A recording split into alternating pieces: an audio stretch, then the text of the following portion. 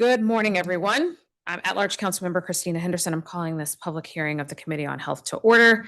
Today is Wednesday, March 25th, 2026. The time is 9:31 a.m. We are in room 412 of the John A. Wilson Building, and this is a hybrid hearing with public witnesses testifying both virtually and in person, and our government witnesses testifying in person.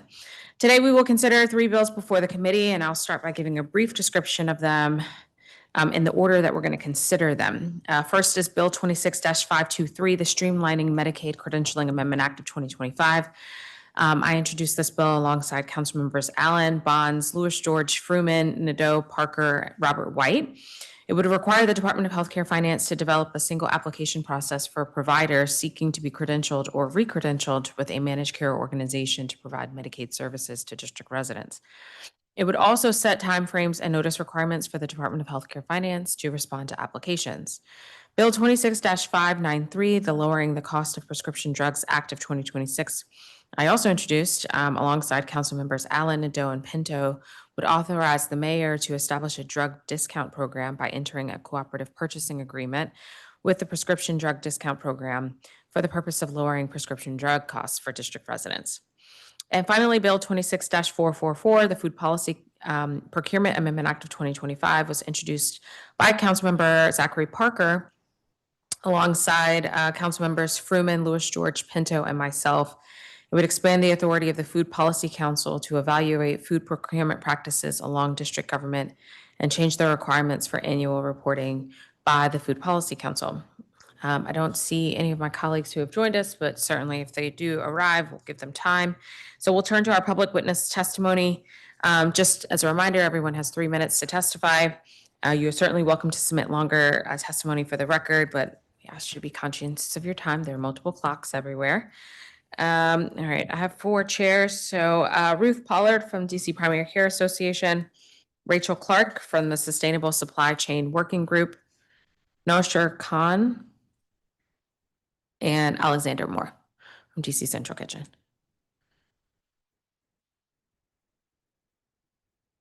All right, I think we're missing one. I don't see Mr. Khan. Okay, Max Broad. Max not here? Oh, everybody's not ready to start at 9:30 this morning, I see. LaMonica, also not here. Anita's here. Okay. We have all the public witnesses together, so you all might be testifying on very different topics, and that's okay for today. All right, Ms. Pollard, when you're ready. Good morning, Councilmember Henderson, members of the Committee on Health and staff. My name is Ruth Pollard, President and CEO of the DC Primary Care Association.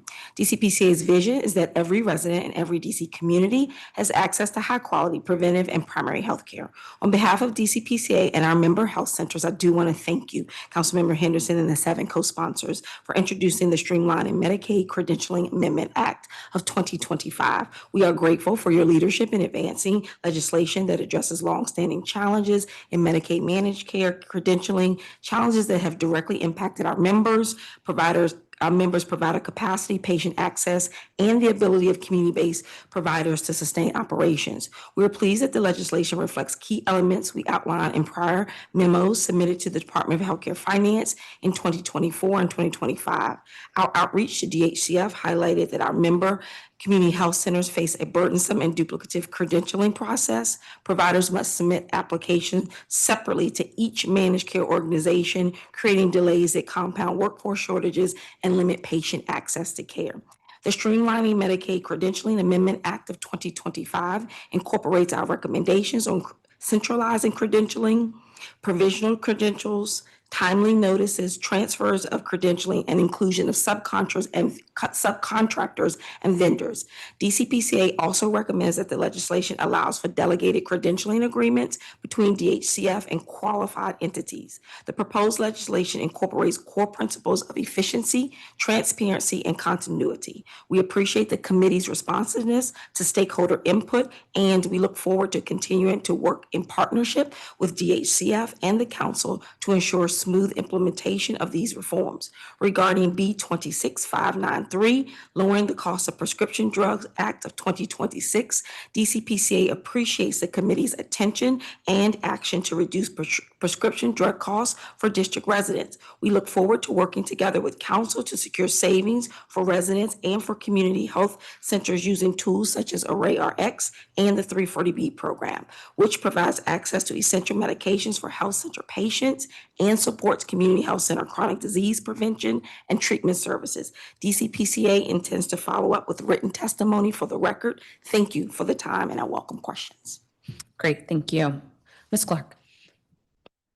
Good morning, Chairperson Henderson and staff. My name is Rachel Clark. I currently serve as co-chair of the Food Policy Council's Sustainable Supply Chain Working Group, and I'm formerly of GW's Redstone Center.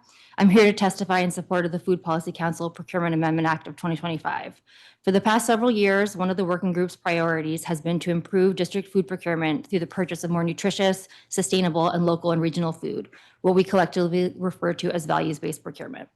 Each year, the district spends tens of millions of dollars on food to serve children, seniors, and other vulnerable residents. How we spend those dollars determines not only the quality of meals, but also whether we support local businesses, strengthen regional supply chains, and reduce our environmental impact. The district has made several commitments toward these values, such as adopting the Good Food Purchasing Program at DCPS and signing the Cool Food Pledge. However, it has struggled to shift its purchasing behaviors to fully realize those goals. 2 years ago, we partnered with the Redstone Center to examine procurement policies and practices in the district to identify barriers to values-based procurement. The research was released in a 2025 report that identified challenges in our food procurement system at every stage of the process. Solicitations are often unclear and do not consistently reflect the district's food goals, even those required by law. Evaluation processes lack food sector expertise and do not reliably select the strongest vendors. The district often pays premium prices without ensuring high quality results. Contracts lack clear enforceable standards for values-based procurement, and there's no centralized system for tracking performance or ensuring accountability across agencies. The result is a system where we're spending significant public dollars without consistently getting what we want. This legislation is a practical, necessary step toward addressing these challenges. The creation of a procurement program within the Office of Food Policy will bring much needed expertise, coordination, and accountability into food procurement across district agencies. It will empower the office to support agencies in developing stronger solicitations and contracts, contribute subject matter expertise to evaluation decisions, establish clear citywide food procurement standards, and track performance and outcomes across the district. This bill will help create a system in which we can make real progress on the district's food-related goals for nutrition, local purchasing, and sustainability, and leverage district-wide procurement toward better outcomes and even cost savings. We already have evidence that this approach works. Through an 18-month federal grant, the district funded a temporary procurement position within the Office of Food Policy. In just 6 months, that role has helped DCPS and DOC strengthen upcoming contracts to improve nutrition and local sourcing, convened agencies to align procurement practices, and identified opportunities for joint purchasing that could reduce costs.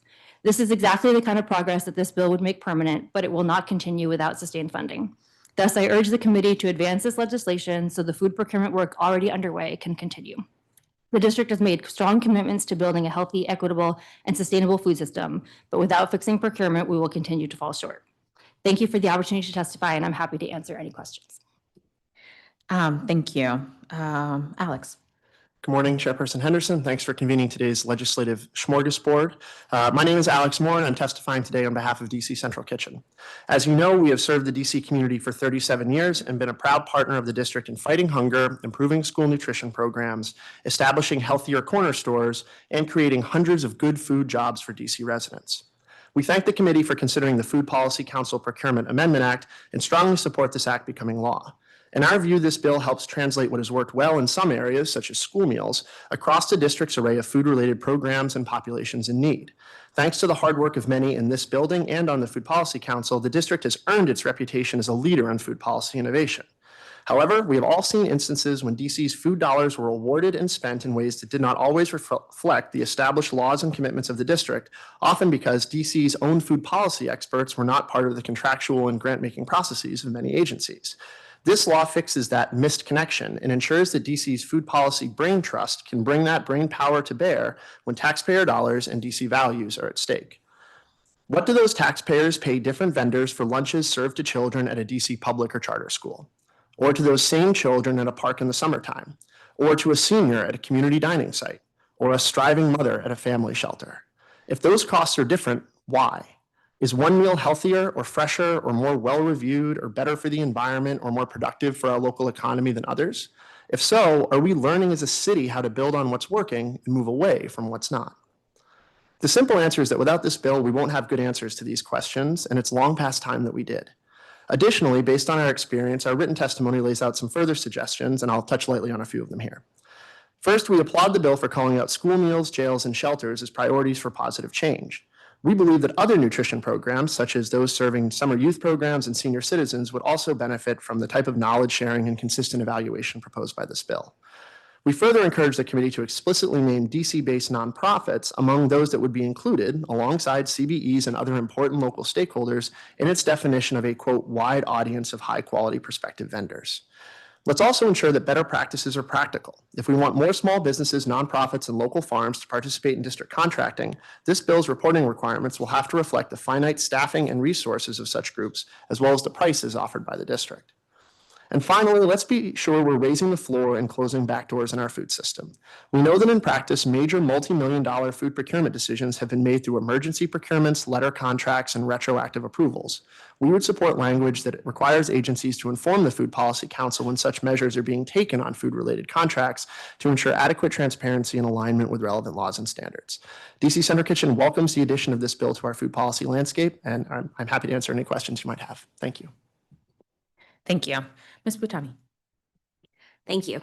Good morning. My name is Anita Butani. I am a small business owner, longtime DC resident, and the founder of Bright Day Pediatric Therapies, a center serving children with developmental needs. I have personally navigated credentialing with all 4 DC Medicaid MCOs, and I am here in strong support of the Streamlining Medicaid Credentialing Act. Do not be mistaken. The central problem this bill addresses is not accidental or benign administrative neglect.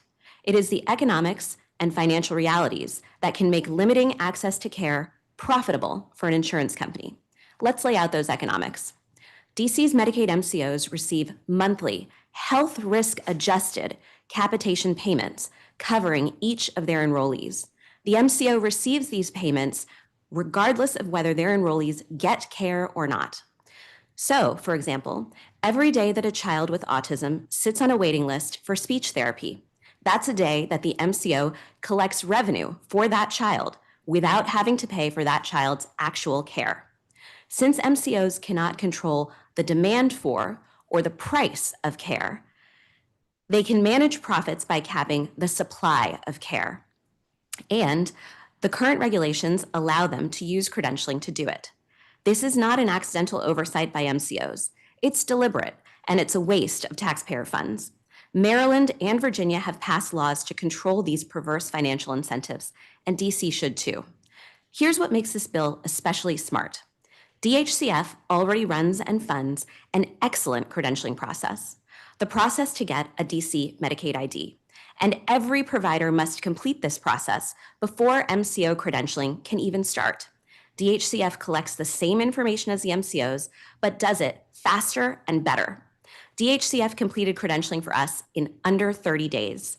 Incorrect items triggered immediate notifications and allowed us to make quick responses. By contrast, the MCO credentialing process can only be described as an administrative dumpster fire. One MCO took over 120 days to issue their standard contract.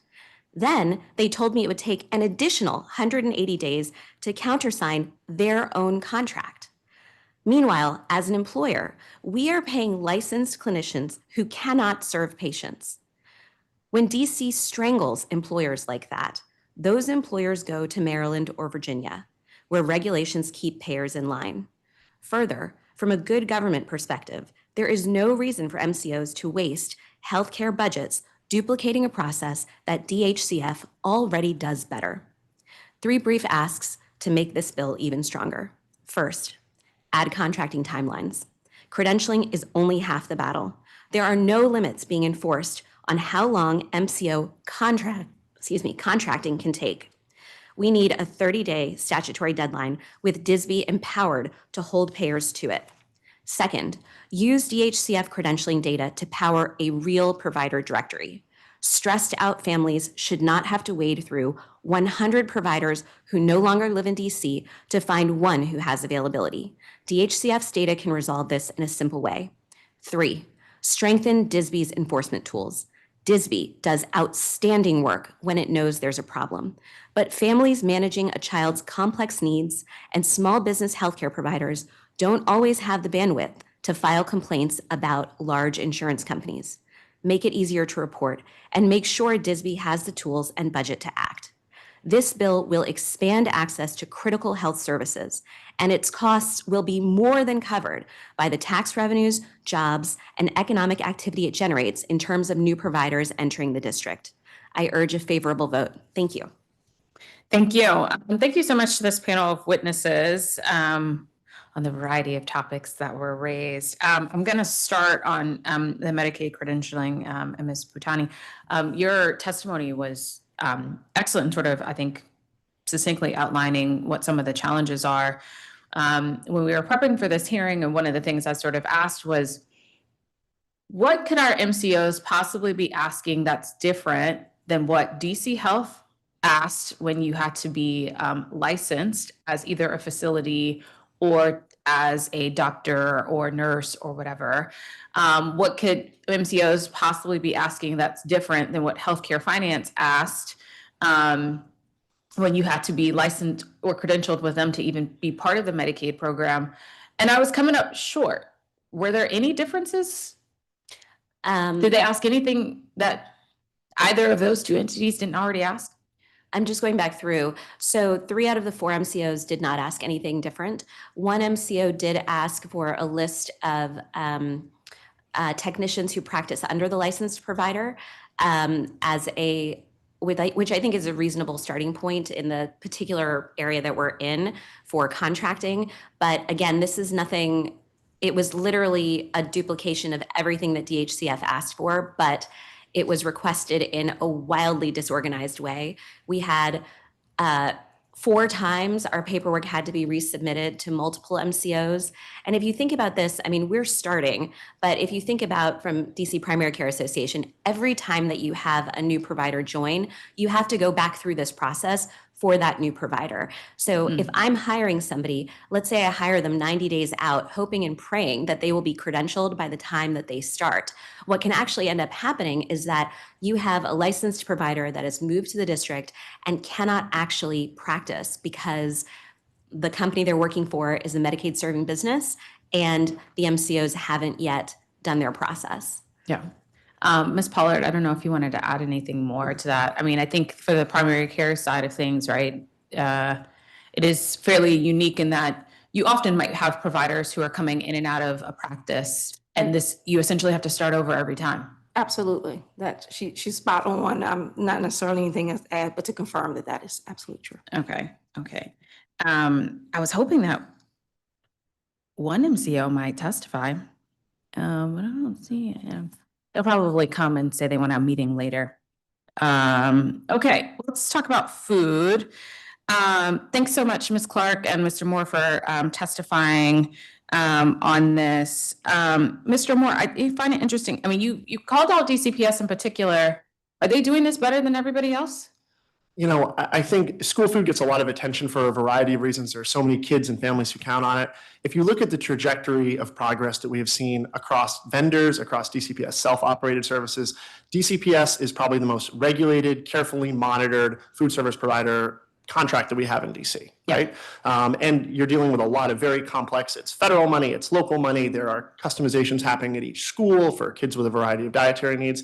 And by and large, I think that, again, the trajectory in DC has been very, very encouraging over the last 15 years that we've been involved with that work. Yeah, except for when you talked about the last minute nature of a lot of our food contracts, DCPS is like a culprit. And they'll admit that, right? They'll do a letter contract, they'll submit a contract to the council like the week before recess and say, well, if you guys don't approve it in the week, the kids won't eat on the first day of school. We do oppose hostage taking in the food space. I just want to be clear about that. Okay. Ms. Clark, you know, I think your testimony brought up something very interesting in terms of like, we did this whole report. It talked about how the district is paying premium prices, but no one is evaluating whether or not we're actually getting better quality for what we're paying. Can you say more about that? I mean, it's not just, I mean, Alex kind of touched on this too. We're paying wildly different per meal prices across agencies, and the agencies don't really know what the others are getting and for what. And so that's been some of the convening work that's already started that could be helpful as agencies like enter into contracting and evaluate the bids that they're getting. Could that possibly be if that, I mean, like take DCPS out of it, take public charter schools out of it. Everybody else who's doing food, they don't have independent contracting authority. So this is all going through the Office of Contract and Procurement. It is. So in theory, if I were running the Office of Contract and Procurement, there would probably be a team of contract specialists. Now, maybe I'm speaking logically here. You would have a team of contract specialists who specialize in food. So yes, that is what we thought might make sense, but that is not how it works in practice, right? The contracting specialists work on an agency or cluster basis. And so they're often not communicating at all with other agencies that are purchasing food. And they're, you know, also responsible for buying paper or buying gas or whatever. Like, it's not like they have a subject matter area that they specialize in. And that is what I think the, you know, people who are advocating for values-based procurement in the district are hoping the food policy office can contribute, is someone with like food policy and food contracting expertise that has eyes on all of these contracts, because right now that isn't happening at OCP. But this discussion is just sort of like the way we're doing it is inefficient. Correct. And it can be inefficient within the same contract, right? You can have one contract that says we expect you to have cost-saving mechanisms that use federally provided commodity foods. Right. And show us how you're going to comply with the Good Food Purchasing Program. And it's on the vendor to figure out, and the bidder to say, this is how I think I would do that. But there isn't necessarily clarity even on those who might be reviewing the proposal, saying, how are you reconciling these different tensions that exist in different existing regulations and laws and agency priorities? But even on that front, we are then relying to hope that whoever the contracting specialist is understands the standards that we have for each contract that's laid out. I think the bill is a good idea. I mean, I think, yeah, we wrote it, but I'm also sort of thinking like, is that going to fully solve the issue? I think we have a much bigger picture contracting and procurement mess in the district. And I'm happy to follow up on some of the things, because when we did this report, you know, we were focused on food procurement, but when you look at food procurement, you learn a lot about procurement. Yeah. Right. And I think one of the things that really struck me was that when this council passes a law, a lot of the time it will have implications for procurement, because we do almost all of our work in the district through procurement, or we spend like half of our funds on like through contracts. Yeah. And there's really not a process in place to ensure that like a law that gets passed is translated into a solicitation and a contract. And so, you know, it might get there years later, but it's certainly not happening quickly. And we saw that in the food context specifically, but it's happening, you know, all over the place. Okay. All right. I don't have any further questions. Thank you so much to this panel of witnesses. If you haven't provided your testimony for the record, please be sure to do so. Thank you. All right. We're going to go to our next panel. Leah Caslas, Salim Adolfo. Let's see, Salim. Elizabeth Davis. Anais Washington. Okay. Is there anybody here who expected to speak in person, but I didn't call your name? Great. Leah, when you're ready.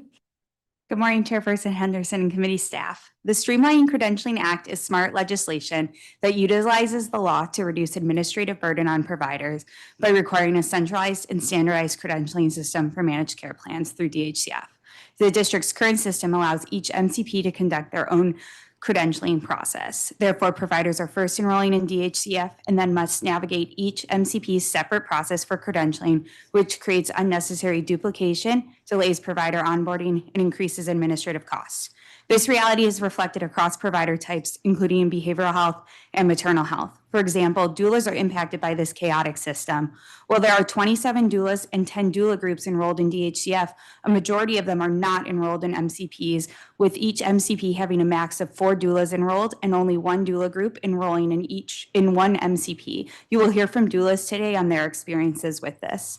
The Streamlining Credentialing Act is a step forward to improving the process in which providers like doulas credential with MCPs. However, we want to ensure doulas and other providers are included in the streamlining process. The current language of the bill requires that providers have a valid district professional or occupational license. There are many providers that do not have licenses, but instead have certifications or registrations. Therefore, we ask this language to be expanded to minimally include certification and registrations that are covered by the Health Occupations Revision Act, which include doulas, registered dental assistants, registered pharmacy technicians, and hopefully community health workers in the future. We encourage the committee to consider 2 other opportunities for streamlining. First, we ask the committee to explore if there are opportunities to streamline not just credentialing, but also the billing process to allow providers to address challenges with navigating complex and inconsistent reimbursement from MCPs. Similar to credentialing, delays and complications in billing can and do result in providers opting not to accept public health insurance and thereby reduces accessibility to care. Streamlining Credentialing Act will further build on this work and continue to improve the district's Medicaid system. Additionally, while thinking about streamlining opportunities, we also encourage the agency to think of the impact the carbon of behavioral health services into managed care could have to further streamline the district's health system. We are encouraged by recent feedback from the executive that there are viable steps DHCF and other executive agencies can take to move the district forward in making the carbon a reality and improve access to services for DC residents. We ask this committee to continue to work with the executive to understand what steps can be taken this year to begin implementation of the carbon. Thank you for the opportunity to testify. I welcome any questions the committee may have. Thank you. Ms. Davis. Good morning, Chairperson Henderson and members of the Committee on Health. My name is Elizabeth Davis, and I'm the Senior Director of Government Relations at the DC Hospital Association. Thank you for the opportunity to provide testimony on B26-0523, Streamlining Medicaid Credentialing Amendment Act of 2025. DCHA and our members share the goal of ensuring that Medicaid patients have access to a robust provider network comprised of highly qualified and licensed providers. However, the provider credentialing process can often be complex and time-consuming, particularly when individual providers must navigate multiple and duplicative processes across managed care organizations. While hospitals and other healthcare providers typically utilize the National Committee for Quality Assurance, NCQA, to verify provider credentials, each NCO conducts their own credentialing review and approval process via the Council for Affordable Quality Healthcare. DCHA supports B26-0253 because it creates a centralized process for individual providers seeking to be credentialed or recredentialed with a managed care organization. We know that several states have already taken steps to reduce duplicative credentialing requirements, including Ohio and Nevada. Both states have implemented centralized credentialing systems that allow providers to complete a single process recognized across all managed care organizations. This process allows information to be securely stored within their state's provider network system and shared with all MCOs, therefore eliminating redundant submissions and reducing administrative burden for providers and facilities. As the committee continues to consider this legislation, we encourage continued collaboration with the provider community. DCHA remains committed to partnering with the district to strengthen the Medicaid program and improve access to care for all residents. We appreciate the committee's attention on this important issue and look forward to continuing to work with you on policies that reduce administrative barriers and support patient care. Thank you for the opportunity to testify, and I'm happy to answer any questions. Thank you. Max Broad. Hello, Councilmember Henderson and committee staff. I appreciate you taking me. Sorry to be running late. I'm excited to share on behalf of the DC Good Food Purchasing Program Coalition our support for the Food Policy Council Procurement Act of 2025 as a coalition of over 30 organizations in the District of Columbia committing to transforming the way public institutions purchase food to create a transparent, equitable food system. We're enthusiastic for the proposal outlined in the bill. For the sake of time, I'm going to skip over why we like it and just share some recommendations that we have as well. First of all, we see a huge benefit in requiring that there's GFPP participation for all food serving agencies. And so, the bill currently does not mention the Good Food Purchasing Program. This is a missed opportunity. GFPP is the district's most comprehensive equity-centered framework for values-based procurement, one that already aligns with the bill's goal of improving nutrition, sustainability, local businesses, labor conditions, animal welfare, and equity. GFPP is a framework designed to be flexible and allow agencies to self-determine, making an ideal citywide standard.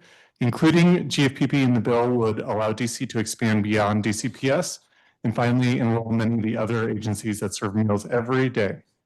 A simple amendment requiring agencies to participate in the standard with Office of Food Policy providing technical support would ensure consistent standards across government. And earlier you asked about food DCPS compared to other agencies. I have quantitative data on that. Initiate a citywide baseline assessment. So GFPP begins with a baseline as the first step in the iterative process of values-based procurement, starting with the baseline, set goals, track progress, celebrate success. Right now, the district has no comprehensive understanding of what food it buys, from who, or with what impacts. The bill should explicitly direct Office of Food Policy to direct a citywide GFPP baseline assessment across all food serving agencies. As the adage goes, you must measure to manage. This is foundational to helping the district set goals, measure progress, and hold vendors accountable. Fourth, require agencies to submit procurement data to Office of Food Policy. This bill currently requires the office to compile and track food purchasing data, but does not require agencies to provide that data. This is a structural gap that will undermine the entire purpose of the legislation. Procurement is currently fragmented and opaque, making accountability impossible. To fix this, the bill must clearly state that all food purchasing agencies are required to submit their procurement data to OFP in a standardized format on a regular schedule. As we've seen with green food purchasing, delayed or incomplete data can hinder application of a law. The committee can further streamline coordination by centralizing food procurement efforts in the Office of Food Policy. And then also it'd be great to have a public dashboard for transparency, as transparency and accountabilities are two central pillars for creating market shifts that would support equity. And so having a public dashboard that could track contracts, vendors, and food purchasing trends, show progress towards GFPP values, allow residents, advocates, and vendors to understand how public dollars are being spent, build trust and accountability across agencies, would be a low-cost, high-impact amendment that aligns the bill's goals with the district's broader commitments to open data and equitable governance. We would just generally like to say that passing this bill with the amendments would show our city as a leader in providing values-based food to children and adults throughout our public institutions. Thank you. Thank you. Thank you so much to this panel of witnesses. You all highlighted very important, interesting points. Leah, I just wanted to say, so you brought up in your testimony about making sure that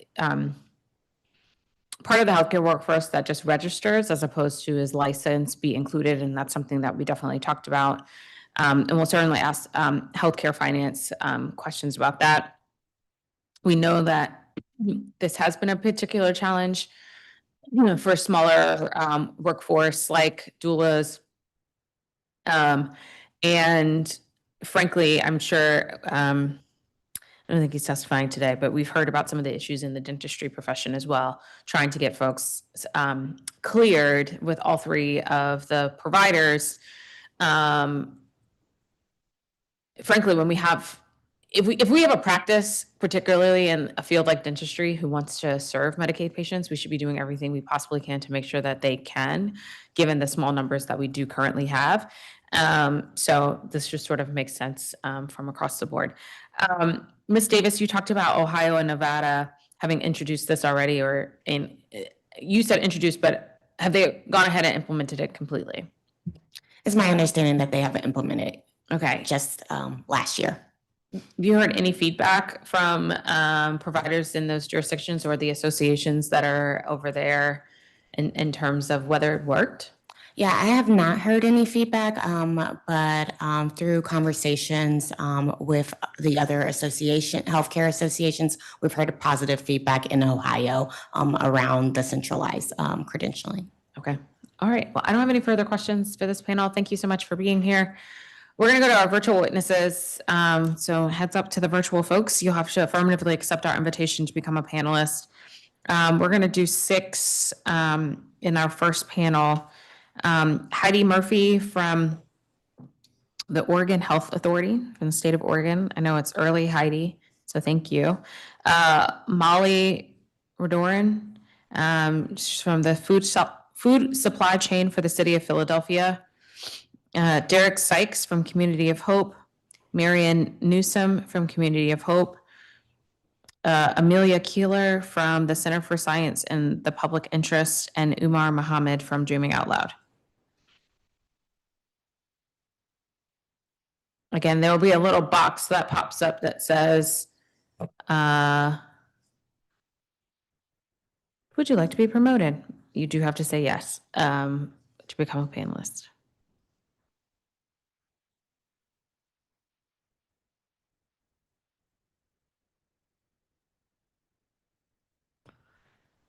Okay, I see Heidi. So when you're ready, Heidi. Can you hear me? Yes, I can hear you. Okay, I great. can't see you, but I don't know if that's on purpose. But Oh, hold on. No, I'm sorry. There we go. Good morning, Chairperson Henderson and council members. Thank you for the opportunity to provide testimony today on behalf of ArrayRx. My name is Heidi Murphy, and I'm an operations manager with ArrayRx within the Oregon Health Authority.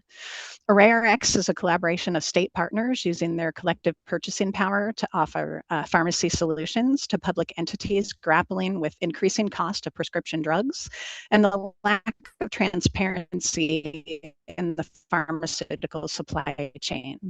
By providing transparent and value-based pharmacy solutions that are overseen and administered by states for states, ArrayRx focuses on true program transparency where stewardship of tax dollars is the highest priority.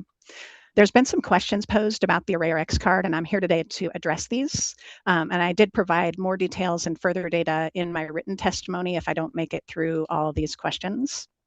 The first question was, what cost savings has Connecticut and other states seen since implementing ArrayRx? So Connecticut launched the ArrayRx card October 2nd, 2023, and through December 31st, 2025, Connecticut residents have seen a savings of $2,860,141, with an average savings per claim of $260. For comparison, Oregon, one of the founding states of ArrayRx, provides card users with an average savings of $214 per prescription.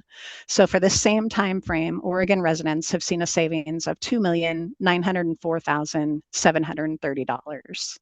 Through 2024, ArrayRx represented over $1.34 billion in annual pharmacy purchases across Oregon, Washington, Nevada, Connecticut, and Ohio. And this number has increased with Arizona joining us during October 2025. Currently, there's nearly 136,000 enrollees in the ArrayRx card among all of our participating states. The second question, what were challenges in implementing the program? And I'd say the challenges have been marketing the ArrayRx card. Funds are limited for advertising and staff to do outreach to increase awareness of the card. Third question, how has Connecticut or other states' participation in ArrayRx changed since first joining? Well, as the awareness of ArrayRx spreads, more people within the state sign up, and over time, more people have used the card for a discount on their medications. When Connecticut first joined, they started off really strong with 10,355 people registering for the card during the first month, and they've steadily gained traction over the past 2 years, with membership currently at 25,671 enrollees. Question number 4, how has ArrayRx helped states in their goal of lowering the cost of prescription drug prices? Across 4 states in 2025, excluding Arizona that I mentioned, joined in October 2025, ArrayRx card members saved $19,720,195. So I do appreciate you allowing me to provide this opportunity to testify today. And I didn't get through all the questions, but the answers are in my written testimony. Thanks so much, Heidi. I'll have some follow-up questions. Molly? And by $2, $20. Hello, I'm coming online now. Apologies. Thank you.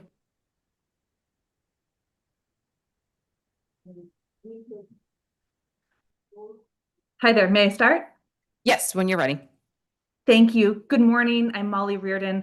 I'm a food systems planner who has held a role similar to that which the Food Policy Council Procurement Amendment Act would create. I testify in support of the act because it will add a staff position that will be critical to managing the complexity of public procurement of food. From 2017 to 2022, I worked as the Good Food Purchasing Coordinator for the City of Philadelphia's Procurement Department. That role required compliance with a slew of regulations, including city and Commonwealth public procurement rules, city and federal nutrition requirements, the local economic development and sustainability goals of our mayor's office, and the unique needs of our departments of parks, homeless services, prisons, and human services. That role was critical to advancing the food policy agenda of the city of Philadelphia through procurement, a powerful but all too often opaque process. I managed food purchases, yes, but a lot more too. For example, I created a contractual agreement between the city and a for-profit composting company to open the first urban commercial composting site in the Commonwealth on unused Parks Department land. In exchange, the company provided free compost pickup to the city's 100+ recreation centers and delivered finished compost to the Parks Department's community garden program. To do that, I liaised between the Parks Department, Law Department, Zero Waste Commission, Streets Department, and state officials, and the role was critical to developing a project that continues to yield results and reduce costs for city agencies and residents.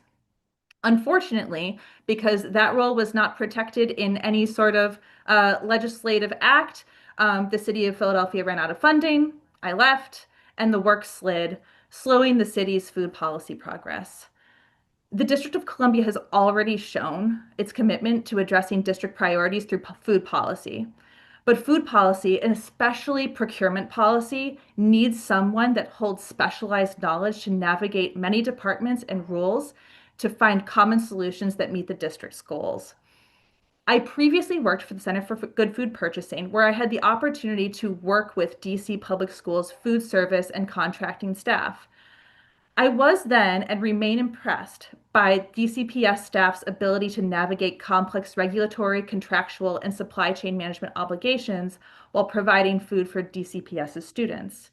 However, it is very helpful, as I've seen both in my role at the Center for Good Food Purchasing and previously working at the City of Philadelphia, to have staff in place that can oversee changes needed to procurement rules. I've seen over and over that jurisdictions have the most success in using food as a lever for change when they have staff in positions to make that change. Adding this role through the Act will make you all leaders nationally in doing so. So thank you for considering and hopefully for advancing the Food Policy Council Procurement Amendment Act. Thank you, Molly. Derek?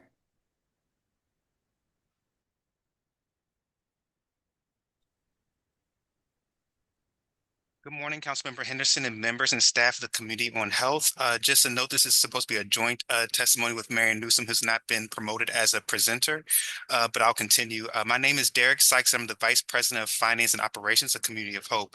I'm here today with my colleague, Senior Director of Patient Billing, Marion Newsom. Community of Hope is a nonprofit federally qualified health center and homeless service provider. We provide medical, dental, pharmacy, and behavioral health services, along with a robust set of maternal and child health care services at our 3 health centers in DC. In 2025, Community of Hope provided housing supports to about 1,650 households and served about 15,500 patients in our health centers. At Community of Hope, we believe the effective partnership between health centers and Medicaid MCOs is crucial to ensuring that district residents have access to high-quality healthcare services that give people a chance to live long, healthy lives. The Streamlining Medicaid Credentialing Amendment Act of 2025 would not have been possible without the collective advocacy of DC health centers or the collaboration from council, and we're hopeful that the legislation will address the existing issues, enabling health centers to continue to deliver high-quality care and improve access to care for patients. I'll pause for a second to see if Marion has been able to be, okay, I see Marion on. Marion, if you would like to jump in as well.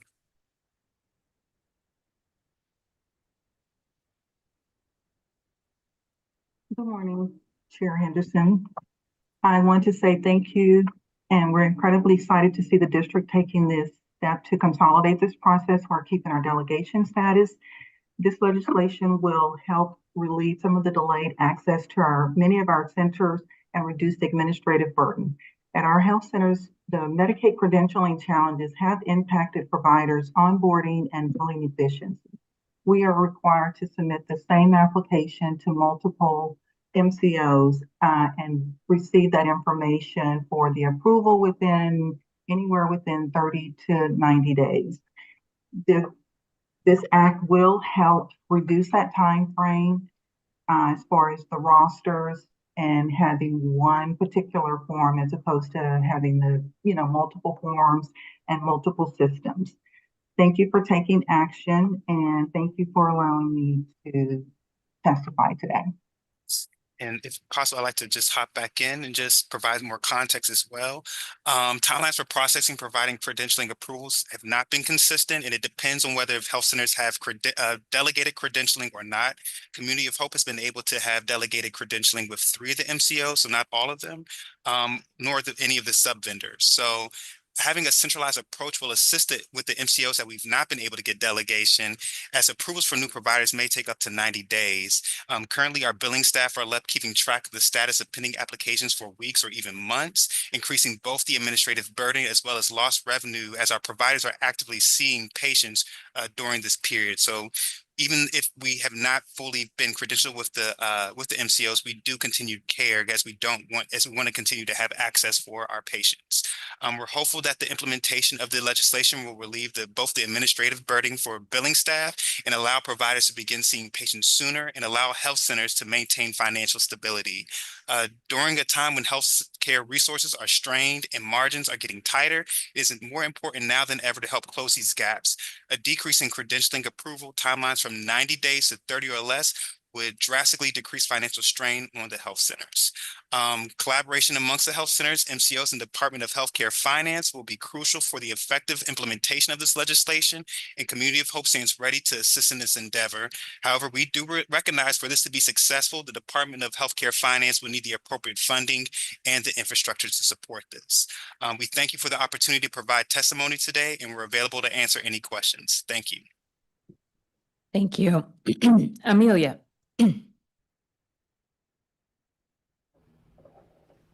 Good morning. Thank you. Good morning, Chairperson Henderson and members of the committee. Thank you for the opportunity to provide testimony in support of the Food Policy Council Procurement Amendment Act of 2025. I'm here today on behalf of the Center for Science in the Public Interest, CSPI. Founded in 1971, we are an independent DC-based nonprofit that advocates for evidence-based and community-informed policies on nutrition, food safety, and health.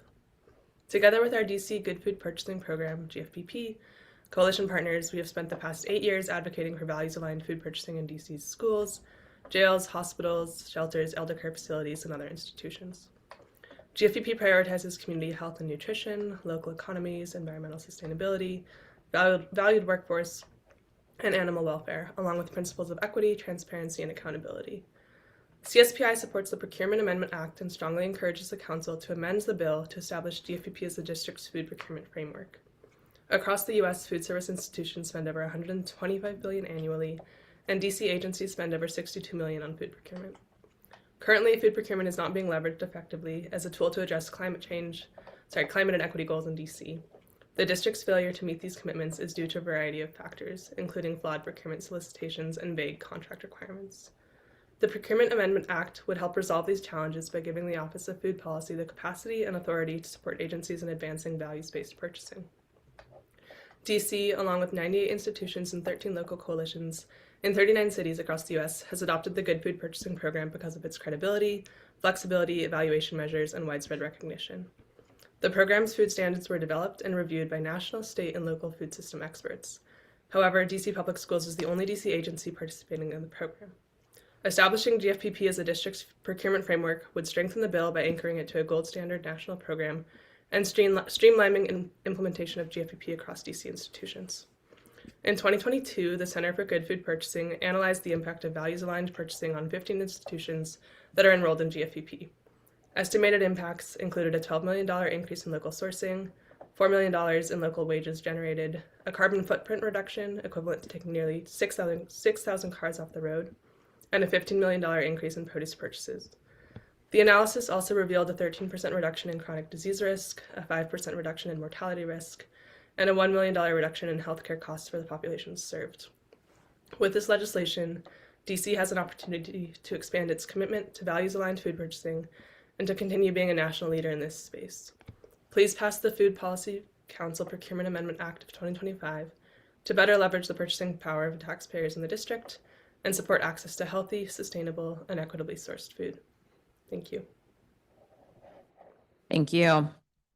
And I don't see Umar. Okay, thank you so much to this panel of witnesses. I do have some follow-up questions. Ms. Murphy, I want to start with you if you're still with us. So my understanding, so ArrayRx works with Navitas as the pharmacy benefit manager and Moda as the administrator. How would participation work if DC pharmacies are not currently contracted with Navitas? Yes. So Navitas Health Solutions is a nationally recognized, transparent, independent, and full disclosure PBM that we work with alongside Moda Health. And so we do the contracting through, it's called an IGA, which is an intergovernmental agreement. So that would provide the contracting to work with Moda Health and Navitas through ArrayRx. Okay. You also mentioned that all participating states within ArrayRx card programs, they charge a small administrative fee to members at the point of sale. Does this mean that when someone, does ArrayRx make a profit off this administrative fee after staffing and administrative costs? No, we're a nonprofit, and that's just a small administrative fee that's paid at the pharmacy counter, and it's paid over time. Okay. What does the administrative fee go to help cover? Is that just, just regular administrative pieces, or is there something special? Correct. It provides staffing for my position. I work to implement all the IGAs for all the states that we work with. And then it also funds our DOJ advice that we receive on those IGAs. Oh, okay. Can you say more? So DOJ is, I guess, advising. Oregon Department. I'm sorry. I'm sorry. Say that again. Oh, I'm sorry. I was just going to say Oregon Department of Justice. Oregon Department of Justice, not federal. Got it. Okay. Just going to clarify. And that's just advising on the intergovernmental agreements. Yes? Correct. Okay. All right. Great. Well, thank you so much for being here. I have some questions for Molly, if she's still here. Yes. Okay. So thank you so much for taking the time to be here and sort of speak a little bit about how this worked for the city of Philadelphia. What challenges did you encounter in the role, and what can we learn from some of those challenges in our drafting and implementing of this legislation? Absolutely. I think that the biggest challenge in Philadelphia was shifting the minds of people who had been involved in procurement of food or food-related services for decades. Procurement is a really technical and sometimes really entrenched department. That's not a bad thing. People have a ton of knowledge, but it does take a little bit of imagination to achieve food system related goals through procurement. And so being able to articulate that this is a priority for the district through this legislation would be really helpful. It will also be helpful for a person who would be in that role to be networked with others who are doing similar work around the country. There's a lot of sharing between different procurement departments who are trying to achieve food-related goals through their purchasing, whether it's ingredient purchasing or the types of service contracts that I was trying to highlight. But the nice thing is it's all public, so it's easy to learn from one another.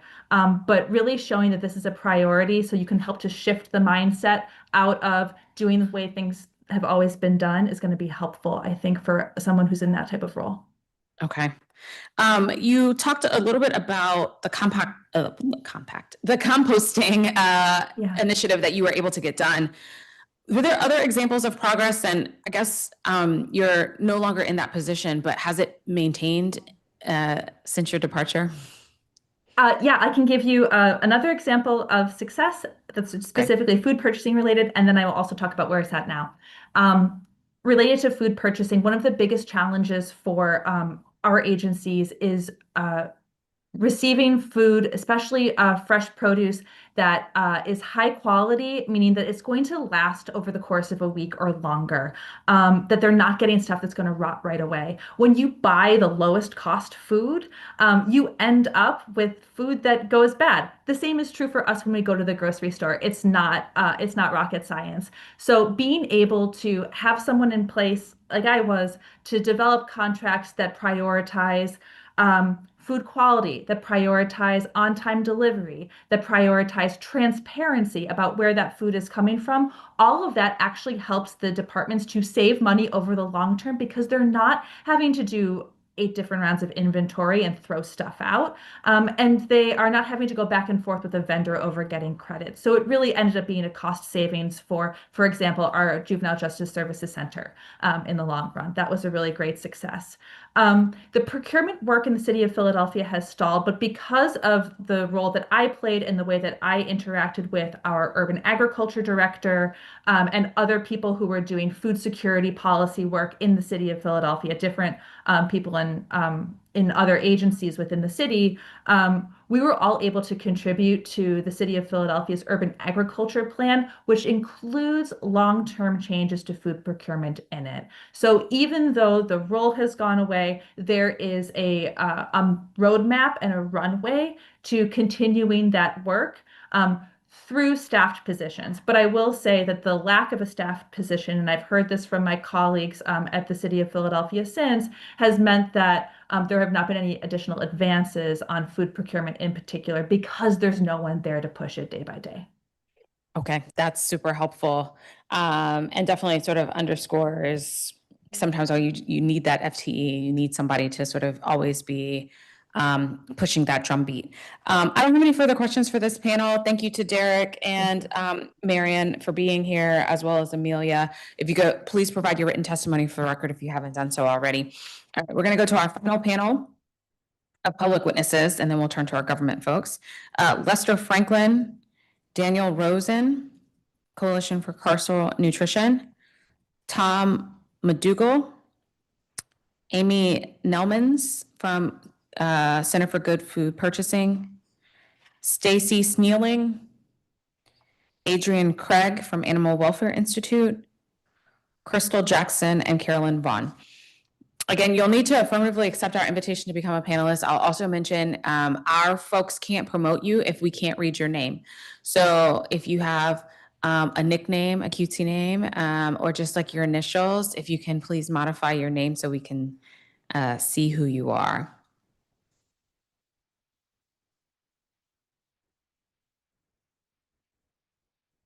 Okay, I see Lester. So Lester, why don't you go ahead and get started? Okay, just making sure you guys can hear me. Yes. Good morning, Chairperson Henderson and members of the council. My name is Lester Franklin. I serve as the procurement manager at Dreaming Out Loud.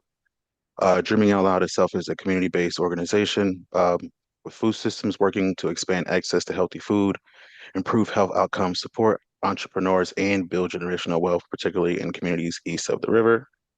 Our work sits at the intersection of food access, public health, local agriculture, and economic development, and we are grateful for the opportunity to share our perspective today.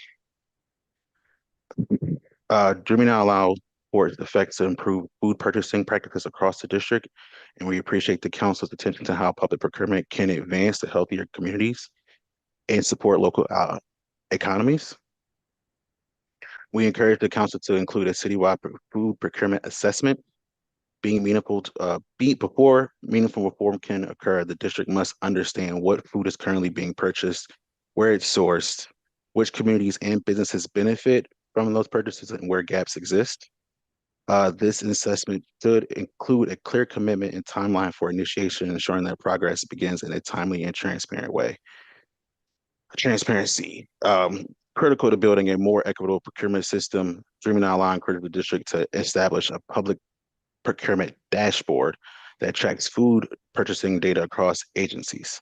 The tool would all allow residents, policymakers, stakeholders to understand where public food dollars are being spent, which businesses are participating in procurement, how procurement decisions support health, sustainability, and local economies. Excuse me. That's all I have. Thank you for the opportunity to testify for your leadership in the food system policy today. Thank you. Mr. Rosen.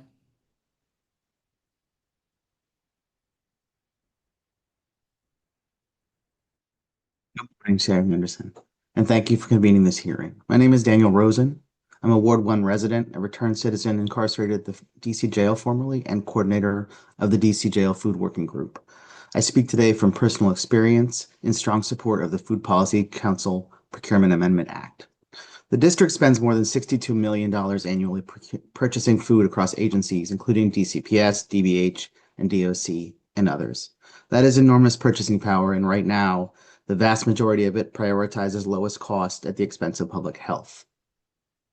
This bill would change that by giving the Office of Food Policy the tools to advance values-based procurement across the government.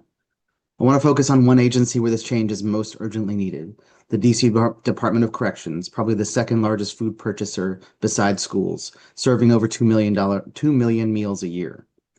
I ate the food there for about a year, and a 2025 audit and a 2023 survey confirmed what those of us who lived it already know. Residents reported meals spoiled, moldy, or contaminated, while the food vendor was paid $7 or $8 million a year, and they're getting ready to renew this contract this year.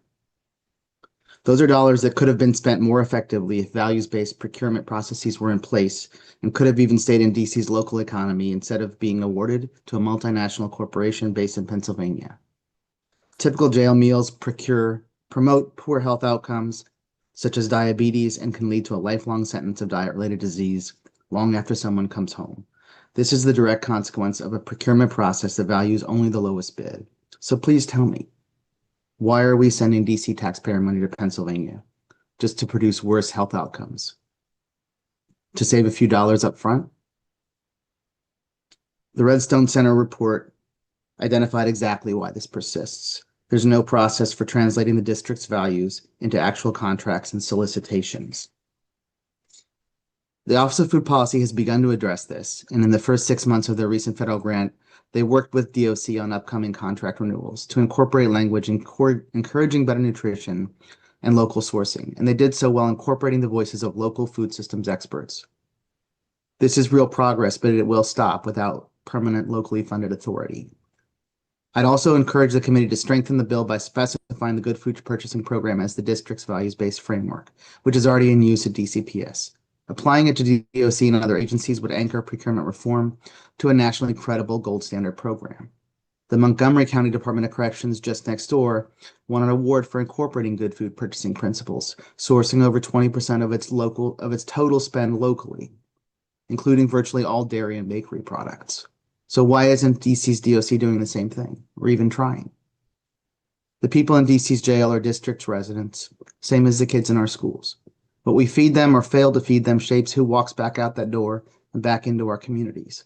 I urge this committee to pass the bill, fund it fully, and ensure DOC is held to the same food standards we expect elsewhere in the district government. Thank you. I'll be happy to answer any questions. Thank you. Tom?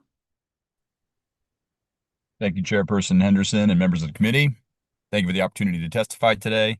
Forgive me for testifying from my car. My name is Tom McDougall. I am the father of 3 young children. I'm a 15-year resident of Ward 6. I'm a food systems activist, and I am the founder and CEO of 4P Foods. 4P Foods is a values-driven regional food hub, originally started in Southwest DC, now headquartered in Warrenton, Virginia, that exists to buy food from hundreds of farmers throughout the Mid-Atlantic, serving public institutions throughout the district and the greater region. I'm here in strong support of the Food Policy Council Procurement Amendment Act of 2025. As you know, the district spends more than $62 million each year on institutional food purchasing. That purchasing power represents one of the most effective tools available to strengthen community health, to support regional farmers, to improve supply chain transparency, and to advance our collective climate goals, if and only if it's aligned with clear values-based procurement standards. Right now, too often, procurement decisions default to lowest cost rather than best value for our residents, our workers, our farmers, and our collective environment. This bill helps fix that by giving the Office of Food Policy the authority and structure needed to translate the district's existing commitments into real purchasing practice. From our experience, which now spans 12 years in the Mid-Atlantic, working across institutional supply chains, I could say clearly and proudly that local and regional farmers and producers are ready, willing, and able to serve district agencies, but they need procurement systems designed to include them. As an example, today, as a food hub, we are already supporting values-based institutional procurement across the region, including 642 public schools in the state of Virginia, 17 major universities from Maryland to North Carolina, major hospital systems like Children's National Hospital and Veterans Health Administration based in Baltimore with our food as medicine programs.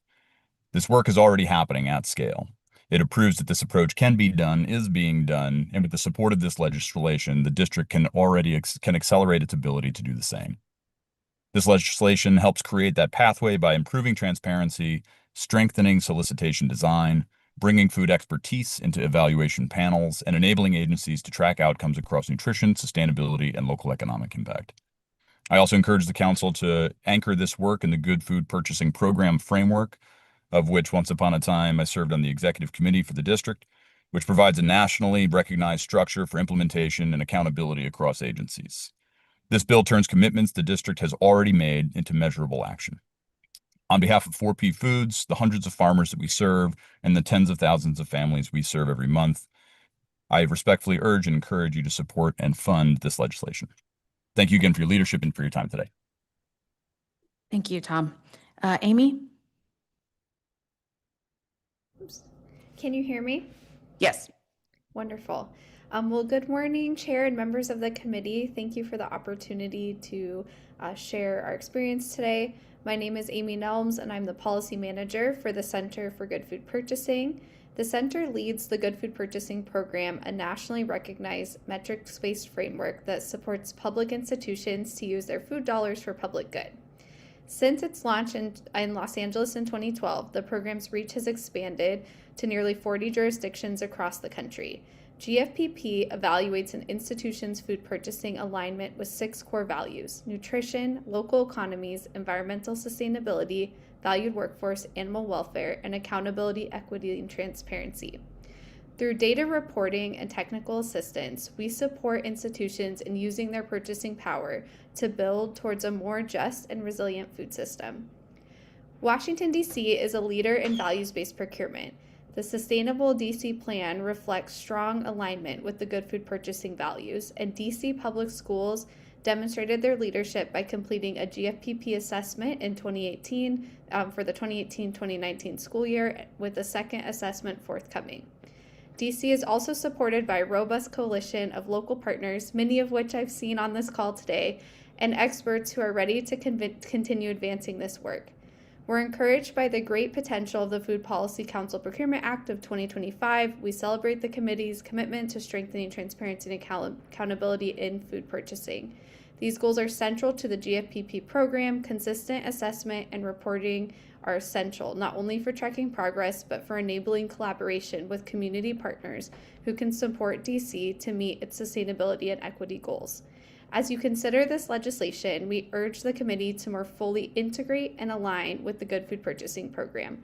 This would support DC to build on existing momentum, leverage established tools and expertise, and continue to ensure consistency across local agencies and institutions to drive impact. By engaging partners such as the DC Good Food Purchasing Coalition, the Center for Good Food Purchasing, and DC Public Schools, the district's leadership would be fast-tracked by access to over a decade's worth of local procurement and national partner knowledge, as well as effective technical assistance tools and support. Acting in concert with a large network of like-minded cities would grant the district collective influence on policy and market barriers to ensure that the $62 million it spends annually on food is leveraged to share or advance shared priorities, supporting local economies, advancing environmental goals, and improving food quality at institutions across the city. Stronger alignment will enhance coordination, provide operational guidance for institutions, and improve transparency for the public, positioning DC as a national leader in values-based food procurement.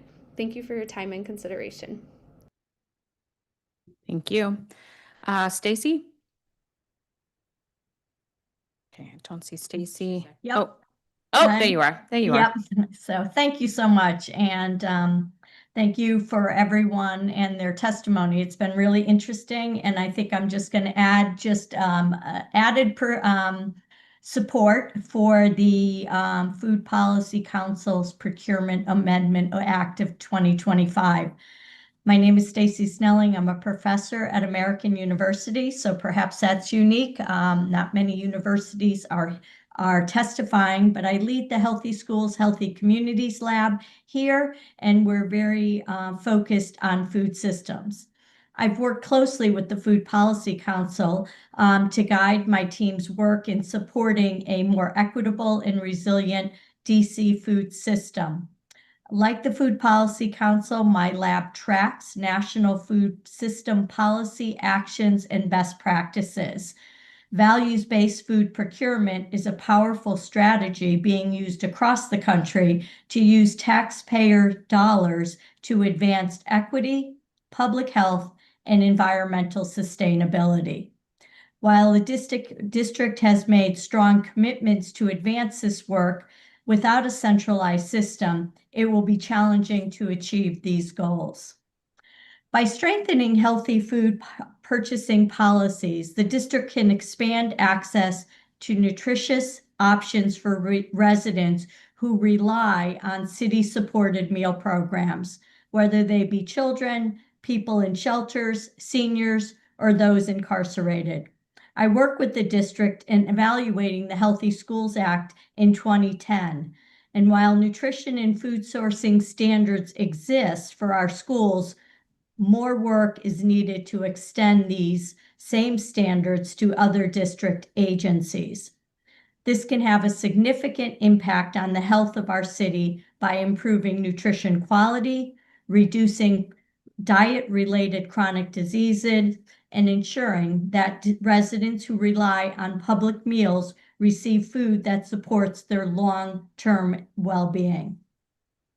Leveraging the over $60 million that the district spends on food, the district has the opportunity to boost the local and regional economy and increase the resiliency of our food system by supporting local, urban, and regional agriculture, supporting local food jobs, and mitigating risk incurred by the disruption of national chains. The Food Policy Council can fulfill this crucial and needed role of fostering interagency collaboration and transparency. And so in summary, I believe this legislation can be made a law in the district, as it will allow the district to ensure its work in existing communities. So thank you so much, and I welcome any opportunity to engage further. Thank you. Adrian? Yes, good morning, Chair Henderson and members of the committee. Thanks for the opportunity to speak to you today. My name is Adrienne Craig. I am a staff attorney and policy associate with the Animal Welfare Institute, which is a national nonprofit organization based here in Washington, D.C. I am also a resident of Ward 7 of the district. I'm testifying today in support of the Food Policy Council Procurement Amendment Act. As a member of the DC Good Food Purchasing Program Coalition, or GFPP, the Animal Welfare Institute has been able to advise the coalition on matters related to animal welfare purchasing value of the GFPP framework. Others have spoken to you about how important this bill is to effectively implement DC's values-based procurement commitments. I would also like to voice my support in particular for the recommendations of the DC GFPP coalition. In particular, we hope that this bill will be amended to specify GFPP as DC's values-based food purchasing framework.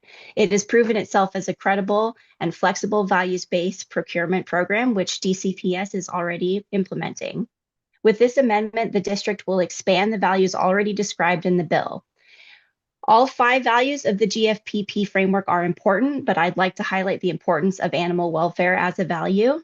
Farmed animals and farmed animal welfare is an important value for DC residents and Americans generally. This is something that is consistently proven in public perception polling.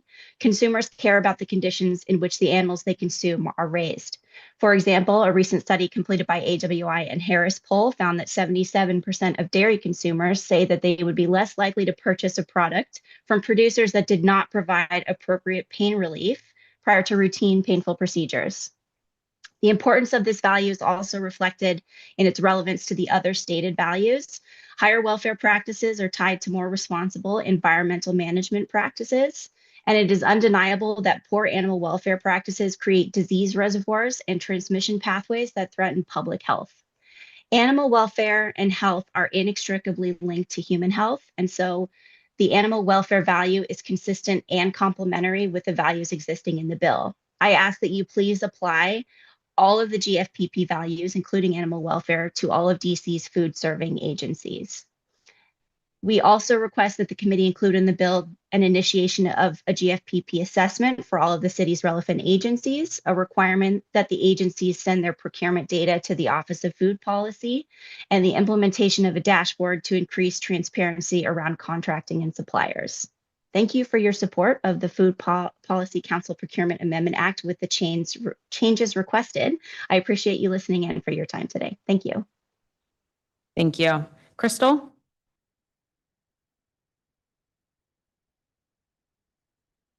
Hi, good morning. Greetings. Greetings to the Committee on Health and Councilmember Henderson for hearing me once again. I am Crystal Jackson of a Queen Mama Doula Services, a Medicaid doula provider, also representing the Ward 8 Health Council Maternal Health Working Group. I have testified before this committee on a few occasions since 2023, requesting that you don't forget your doulas, and B26-0523, Streamlining Medicaid Credentialing Amendment Act of 2025, is very much so in support of doulas. Currently, once doulas have completed the enrollment process with healthcare finance, which still is not doula friendly, we are then eligible to enroll with a managed care plan. I endeavored to enroll with the 4 MCPs. I've been successful with only 2 because it's so burdensome.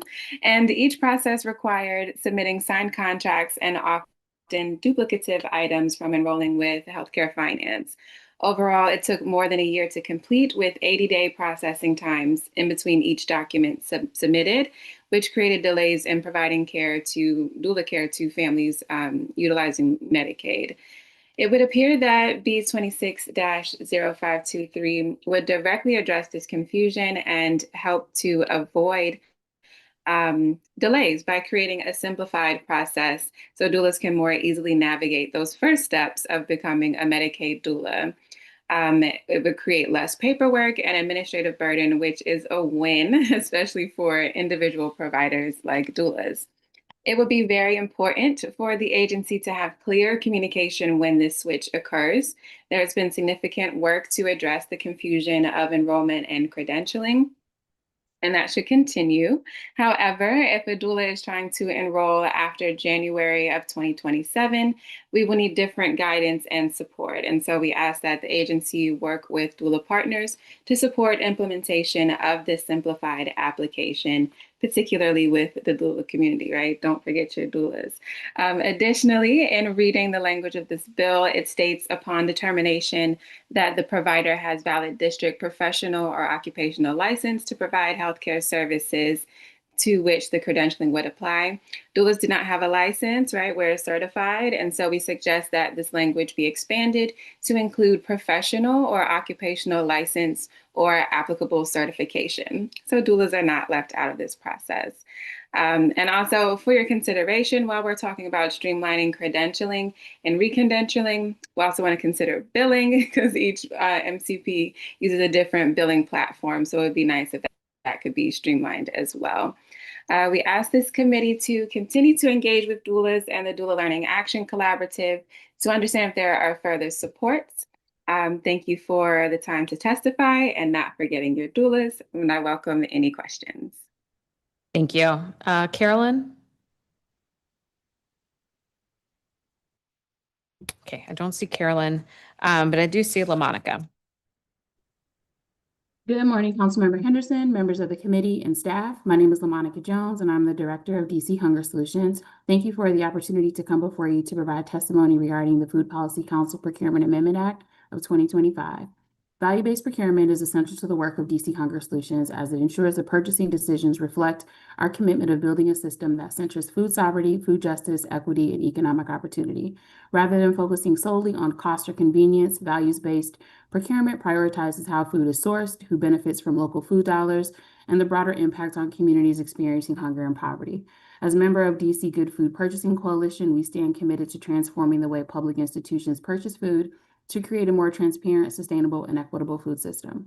This commitment within institutional food procurement is already taking shape with several government agencies.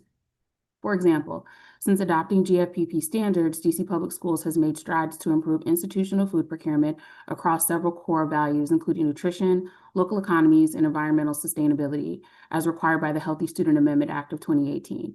Some of the notable attributes of this work include providing more plant-forward meals and conducting monthly taste tests for new plant-powered menu items.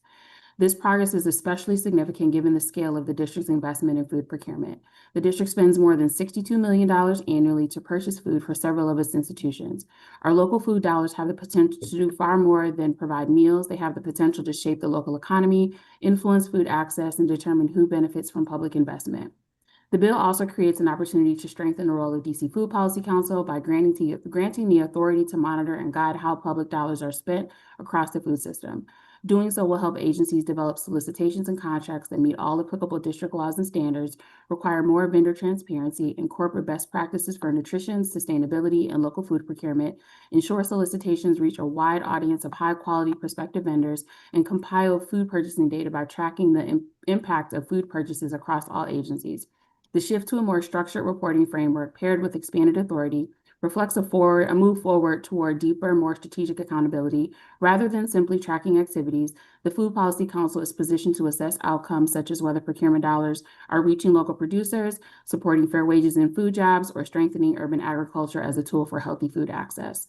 The district's significant investment in food procurement, its commitment to values-based procurement through the Good Food Purchasing Program, and the strengthened oversight proposed in the Food Policy Council Procurement Amendment Act of 2025 represents a comprehensive approach to addressing hunger and poverty. By aligning how local dollars are spent with clear values around equity, sustainability, and economic opportunity, and ensuring those investments are guided by strong accountability mechanisms, the district can move forward beyond short-term solutions to create lasting structural change. Thank you for the opportunity to provide testimony. Thank you. Carrie. Hi, thank you. Can you hear me? Yes. Okay, great. Thank you, Chairwoman Henderson, and I really appreciate you proposing this act, the Food Policy Council Procurement Amendment Act, and I am a resident of Ward 3. I'm a member of the Food Policy Council. You swore me in. Thank you very much. And I've been a farmer for my entire career, first for 2 decades in Maryland, and now here on a much smaller scale inside the district. And more to the point, I'm now purchasing produce as well and distributing that produce and also purchasing prepared meals from local producers and giving that away in our community here from the ARC in Ward 8. So I'm just speaking from this perspective of somebody who is doing on a much smaller scale than the district does some food procurement. And I take a lot of extra time to purchase food directly from farmers. And I also purchase our prepared meals directly from small businesses that are here in DC. And I can see the difference that it makes to these businesses.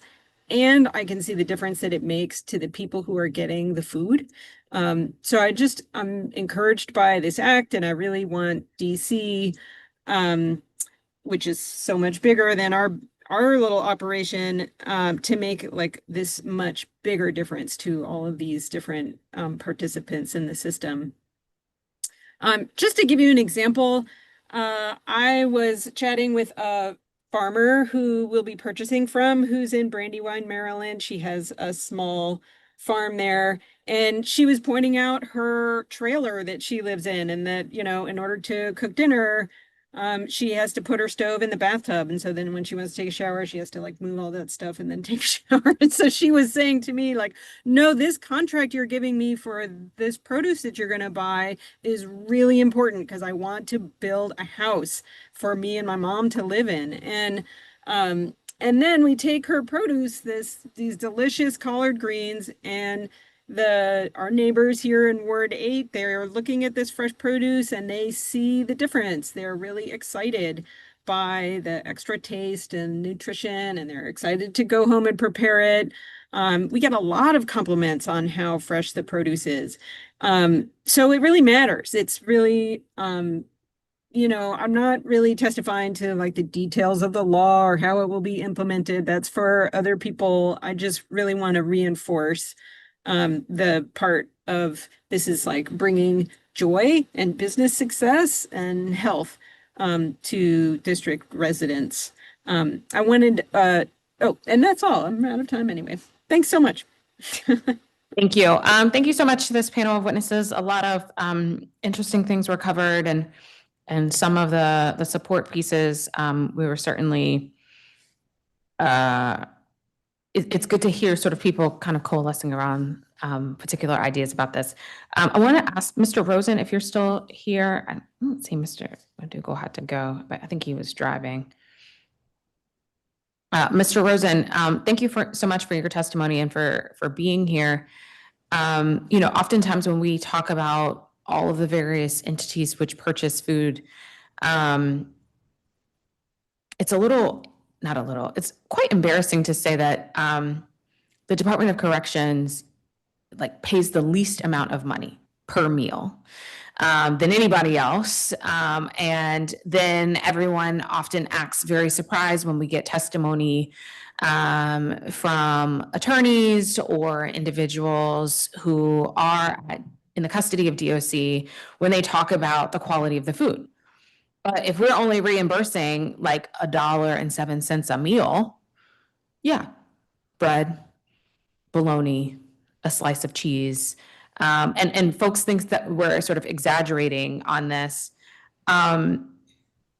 You talked a little bit in your testimony. I'm assuming that sort of this coalition that you're part of is nationwide. And Sorry. have you? Yeah, two Have you? separate things. Go ahead. I'm Okay. sorry. I apologize. I was just going to ask, like, have you seen other jurisdictions kind of move in a different direction? Yeah, I appreciate that question a lot.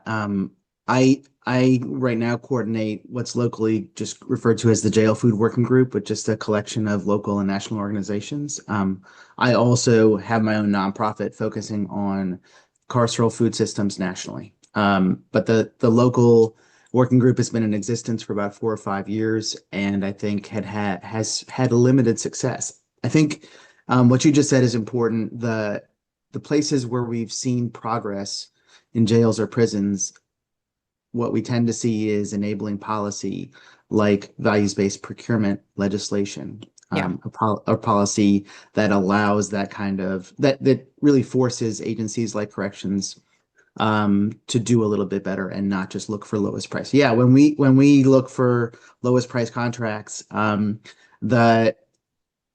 the Department of Corrections will tell you that they spend about $2.50 per meal, but it's not what they spend per meal. That's what they hand Aramark per meal. And I think we see a portion of that end up on trays, and it usually ends up in the form you just described. Old bologna for lunch on a daily basis.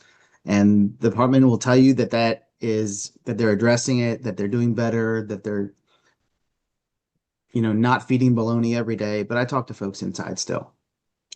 Please. I mean, I would encourage you to talk to Commissioner Cunningham, the ANC commissioner inside the jail. He'll tell you exactly what he's eating every day. And yeah, the outcomes are not a surprise.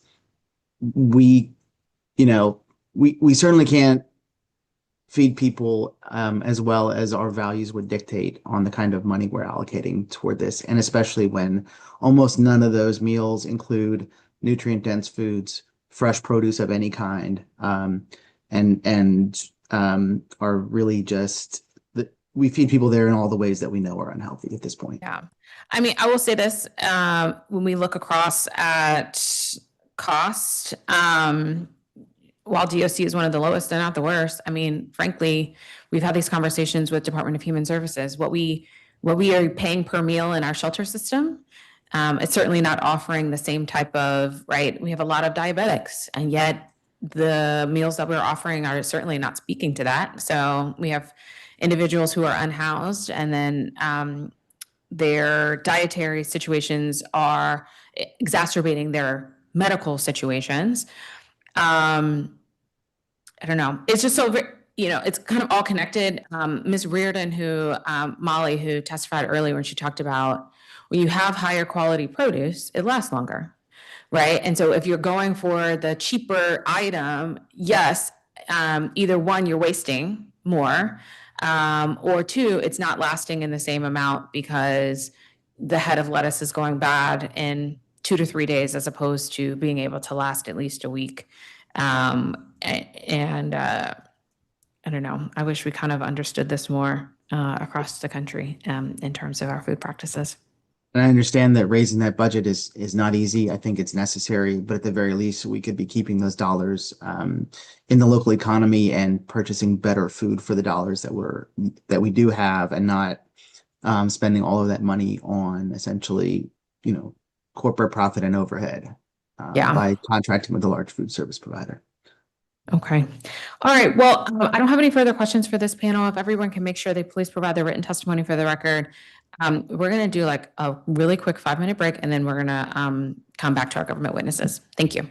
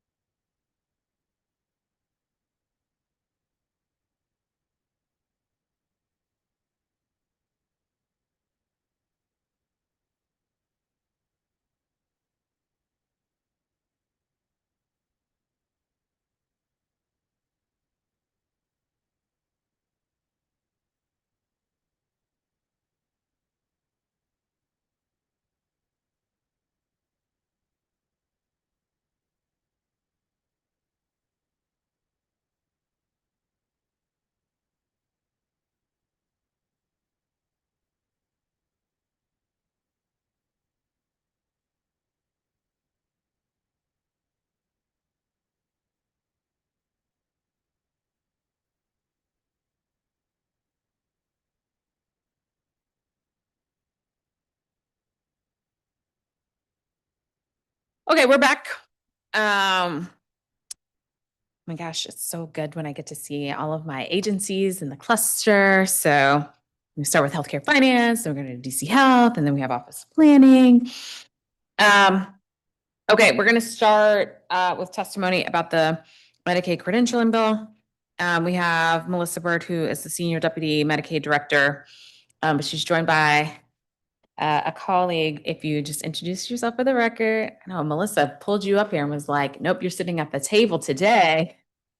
Good morning, Councilmember Henderson. Lisa Truitt, I'm the Director of the Healthcare Delivery Management Administration at the Department of Healthcare Finance. Okay, thank you, Lisa, for being here. As you guys know, I have to swear you in. So if you could raise your right hand.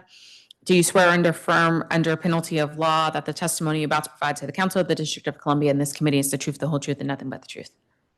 Great. All right, Melissa, when you're ready. Okay, thank you. I'm going to take, because we're the first agency, we're the favorite, but who knows? Good morning, Chairperson Henderson and members of the Committee on Health. As you stated, I am Melissa Bird, Senior Deputy Director and Medicaid Director of the Department of Healthcare Finance. I am joined today by my colleague, Lisa Truitt, who, as she noted, is Director of the Healthcare Delivery Management Administration that has direct oversight responsibility of our DC Healthy Families Managed Care Program, the largest of our managed care programs at the agency. I'm here today to provide testimony on behalf of the Department of Healthcare Finance on Bill 26-0523, the Streamlining Medicaid Credentialing Act of 2025. The bill requires the mayor to direct the agency to develop and implement a single, consolidated, and exclusive application process for providers seeking to be credentialed or recredentialed with a Medicaid managed care organization. Once credentialed by DHCF, a provider would be deemed credentialed with all participating managed care organizations. Currently, each MCO is contractually obligated to credential providers within their network. If a provider is in network with all 5 of the DC Medicaid managed care organizations, the provider must complete the credentialing process 5 times, once for each of the MCOs. In my testimony today, I'll provide a brief overview of Medicaid provider enrollment versus credentialing, and then discuss the proposed reforms in this bill. Providers seeking to participate in the Medicaid program are required to complete the provider enrollment process. Enrollment is a separate and distinct process from credentialing. The Medicaid and CHIP Payment and Access Commission, or MACPAC, defines provider enrollment as the process by which states determine whether providers are eligible to deliver services. It distinguishes this against credentialing, where credentialing is the process whereby to determine whether a provider is qualified to deliver care to the plan's enrollees. I go into more detail in my written testimony on what falls under provider enrollment. For Medicaid managed care credentialing, the current contracts for our largest Medicaid managed care program, DC Healthy Families Program, defines credentialing as the process of formal recognition and attestation of a provider's current professional competence and performance through an evaluation of a provider's qualifications and adherence to the applicable professional standard for direct patient care or peer review. Credentialing verifies, among other things, a provider's license, experience, certification, education, training, malpractice, and adverse clinical outcomes, clinical judgment, technical capabilities, and character by investigation and observation. DHCF expects managed care plans' credentialing policies to comply with standards set by the National Committee for Quality Assurance, or NCQA. The NCQA standards are considered best practice and aim to assist managed care plans in developing high-quality provider networks. In addition to NCQA standards, DHCF requires managed care plans to credential providers prior to becoming MCO network providers, conduct a site visit for all primary care provider and behavioral health providers before providing services, ensure the provider credentialing process is completed within 120 days upon the receipt of all required documents, and re-credential providers at least every 3 years. As part of the credentialing process, MCOs gather the following information, including but not limited to licensure status, their specialty or subspecialty, board eligibility or certification, operating hours and office location, panel status, are they open or closed to new patients, languages spoken, and reported incidents. Providers have expressed their concerns about their current requirement that each managed care organization credential providers seeking to participate in their provider networks. They've cited administrative burden, as you've heard today, and the opaqueness of the credentialing processes, and have suggested that a centralized process would ameliorate these issues. In response, DHCF began research and analysis to understand what centralized credentialing requires, what other state Medicaid programs have implemented centralized credentialing, and how. DHCF understands that Bill 026-0253 aims to streamline the managed care credentialing process by shifting the responsibility for credentialing from each MCO to the agency. Through this centralized process, providers would credential through DHCF, and once approved by the agency, the provider would be considered credentialed for purposes of networking with any of the Medicaid MCOs contracted by the agency. The legislation requires that a temporary credential be issued within 30 days of a completed application submission, and the temporary credential allows providers to render and be paid for Medicaid services. DHCF does not currently have any mechanism to implement centralized credentialing. As highlighted earlier in my testimony, the provider enrollment process is distinct from credentialing. There's additional information to collect and verify, additional site visits to conduct, and re-credentialing occurs on a more frequent basis than provider enrollment. To implement a centralized process, DHCF would have to likely engage an outside vendor, coming at a cost to the district. While there could be some cost shift from the reduced administrative requirements to the managed care organizations, it's unlikely sufficient to cover the cost of procuring a standalone vendor. Additionally, DHCF estimates that implementation would take at least 1 year, which makes the proposed effective date of January 1st, 2027 challenging. Finally, while the agency has concerns about, allowing for a temporary credential, ultimately, if a provider is denied but has been paid for services rendered under the temporary credential, the district would have to return federal funds associated with a provider payment and pay 100% local funds. There are other options that could improve the current credentialing process. They include establishing protocols for coordinating exchange of information to expedite credentialing process across the managed care program. This could include the creation of an interactive tool for tracking all newly credentialed and re-credentialed providers, utilizing existing sources within the agency, such as our MMIS or eligibility systems. DHCF could amend the managed care contracts and allow that once a provider is fully credentialed by one health plan, the process is expedited and accepted by another. While this option is not centralized credentialing, as we've discussed today, it can address some of the provider community's concerns about administrative burden. Ms. Chairman and members of the Committee of Health, this concludes my testimony on the proposed legislation. The district appreciates the value centralized credentialing could provide, particularly for reducing the administrative burden for providers. It's important to consider the financial feasibility along with competing priorities, such as the implementation of key One Big Beautiful Bill Act requirements over the next year. Thank you for the opportunity to testify, and we are pleased to address your questions. Thank you. Thank you so much for being here. I do have some follow-up questions. So in your testimony, one of the things you talked about was that if healthcare finance were to do this, there would now be additional things that you would need to request or collect. And then I think you also mentioned an additional site visit. Why? So for right now, for provider enrollment, we require a site visit for, I think it's just, we have providers at 3 different risk levels, I think moderate, mid, and high. And our site visits, I believe, are only for those that are considered high risk, which are likely DME providers and home health agencies. So we don't do a site visit across the board. In the testimony, I spoke on how credentialing and some other the requirements we had were site visits for primary care providers or behavioral health providers. That would be additional to what we do today. Okay. But as I sort of mentioned earlier, by the time a provider gets to you all, they've already gone through DC Health to be licensed, no? Yes, ideally. And if they haven't, then they're not going to be enrolled as a provider. Right. So I'm trying to understand why the additional need to do the additional streamlining, right? If they are licensed as a healthcare facility, right? Let's say if you are the facility, not the provider individual practice, but if you've been licensed as a healthcare facility, then you've gone through DC Health's entire process and they have said, yes, we determine that your facility has met all of the requirements and is safe. Check. So why then is there an additional site visit necessary to check again all the things that DC Health just checked for? On the primary care side and behavioral health side, Lisa, I don't know if you can fill in, otherwise we'll have to come back. But on the high-risk provider side for just generic Medicaid provider enrollment, it's a requirement through the federal government for those that are classified as high risk. Yeah, I mean, but You said DME, so durable medical equipment. That's not necessarily high risk in terms of patient safety. That's high risk because fraud. Most likely. Yeah. Okay. Ms. Truitt? No, I was just going to reiterate what Melissa said, that it's a federal requirement. So even though they've gone through the enrollment on the managed care side, so that's what I'm speaking to. Mhm. So on the managed care side, even though the provider has gone through the enrollment process to enroll as a Medicaid, the DC Medicaid provider, the credentialing part of it requires a site visit. That's not something that we established. That's a requirement, federal requirement to confirm all of those elements that's in the regulations for credentialing a provider into the managed care network.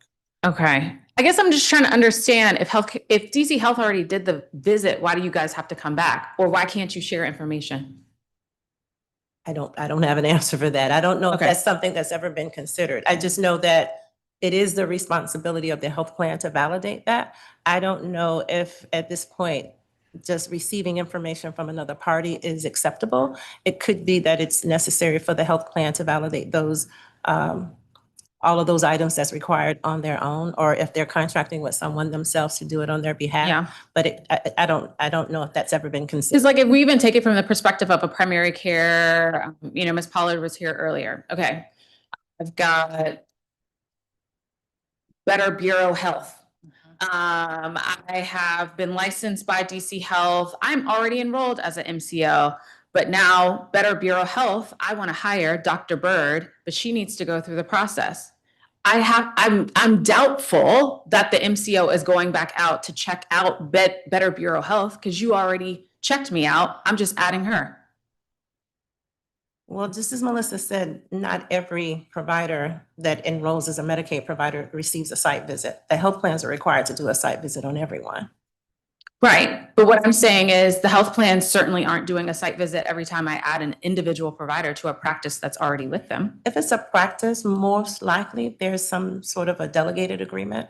And through that process, the health plan is depending on the delegated entity to provide all of the qualifying information to get them through the credentialing process. Okay. Of our MCOs, how many of them do delegated? I mean, Community of Hope, testified that they have only delegated authority for one of the plans. Yeah, well, it depends upon the relationship with the plan prior history. So that's where the credentialing piece comes into play, where quality of care is being considered. So if there's some prior information that the health plan has, or it just depends on the need for the health plan, the provider type, based upon the number of beneficiaries enrolled in the health plan. So there are various variables where it can be. I see someone on the outside looking in thinking that it's a clear-cut situation, a clean situation, but there are various variables that the health plans consider when they're working with the provider community or negotiating, or whatever term is being used for the purpose of enrolling into their networks to be able to administer services or render services to their enrollees. Okay. And it would be helpful if any of the health plans had testified today. Yes, Ms. Well, I was also going to say one thing that we can do is look at, I don't know the licensure requirements under DOH for a provider off the top of my head, but we can certainly do the crosswalk and look at the timing of licensure, what's incorporated in that process versus relicensure versus what we require on the healthcare finance side. Because we're not going to check all the same things that DOH checks when we see that they have a license, right? But we can see where there's duplication or where it's streamlined. I would also, the other thing that popped in my mind from your questions is the frequency in which those like site visits happen. I suspect we might be there more often for obviously a high risk, or that the plans might be there more often. I don't know what kind of site visit is required under a DOH license. So I think those things are looking at, again, where they align, where they don't align, and the timing of each. Yeah. I mean, I'm looking at this from the perspective of each of the stakeholders, right? Mhm. Obviously, for a stakeholder of me as a patient, I want to be able to get into a doctor when I need them and not be on a wait list for 6-7 months. That, right? If I'm running a practice, it is also a small business. I need providers if I'm going to do that. So I also don't want them waiting 120, 180 days just to go through a process. From a regulator, you want to make sure that we're, number one, meeting all the federal requirements, and also ensuring that you're not licensing someone who would be, or credentialing or giving someone a Medicaid ID who is going to be susceptible to fraud, and also not provide quality care. But I think from my side, I'm like, I feel like there's an easier way for us to do this. we just need everybody talking to each other so that someone is not having to produce 6 packets of the same document and to varying degrees of success or oversight. Because I think, Ms. Truitt, you would probably agree with me when I say all of our plans are not necessarily made equal from their administrative back office strength. Okay. The bill does not currently define what constitutes a completed application. There are differences across the MCOs. Can we work with you all to determine, like, what does a completed application look like, or what it would look like from a healthcare finance standpoint, to make sure that somebody is NCQA compliant? Accredited. Okay. Okay. When we're doing the contracting for the MCOs, like, when we do the RFPs or RFA, I can't even remember which one we do, but, give us your information and give us your best offer. Do we ask in that process, what's your process for credentialing? It depends on what we've experienced the prior contract period. We try to focus on things that we know we might need to improve, and we want to get some fresh information from any new potential entries into the program. Okay. So the evaluation factors that you're referring to, they're based on what we want to know for the new program, especially if we put in some programmatic changes. We typically put in some questions that would help us to understand how either a returning health plan or a new health plan would be able to administer the program. So credentialing, I don't recall that being a question. And we were doing solicitations repeatedly for a while. I know that were some questions around provider network management, but I can't remember which solicitation it was. I know it probably would have had to occur before the last one we did in 2021.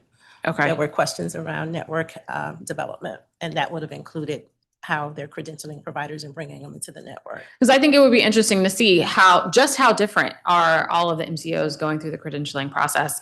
We asked at some point before this hearing for all of the MCOs to provide us with their lists, or to provide us with their process. Not everybody followed the instructions as provided, back office administrator strength. But for the ones who did, they're relatively similar. Some of it is a little bit different, but no one is asking for wildly different information. So I feel like there's got to be a way to ease the timeline. Do we evaluate based on do we monitor how long it's taking? Yes, we have a staff person who has started a process. I think when we started this conversation, or a little bit before we started this conversation, she's monitoring the length of time it takes for a provider to be credentialed with a health plan. And as you know, you mentioned it earlier, overall, they have 120 days to do that. If it's taking longer than that, she is aware of that. Typically, it's because, as we've said before, all of the information isn't provided through the application process. Sometimes the licensure is expiring within a certain time frame, and so the process can't be completed.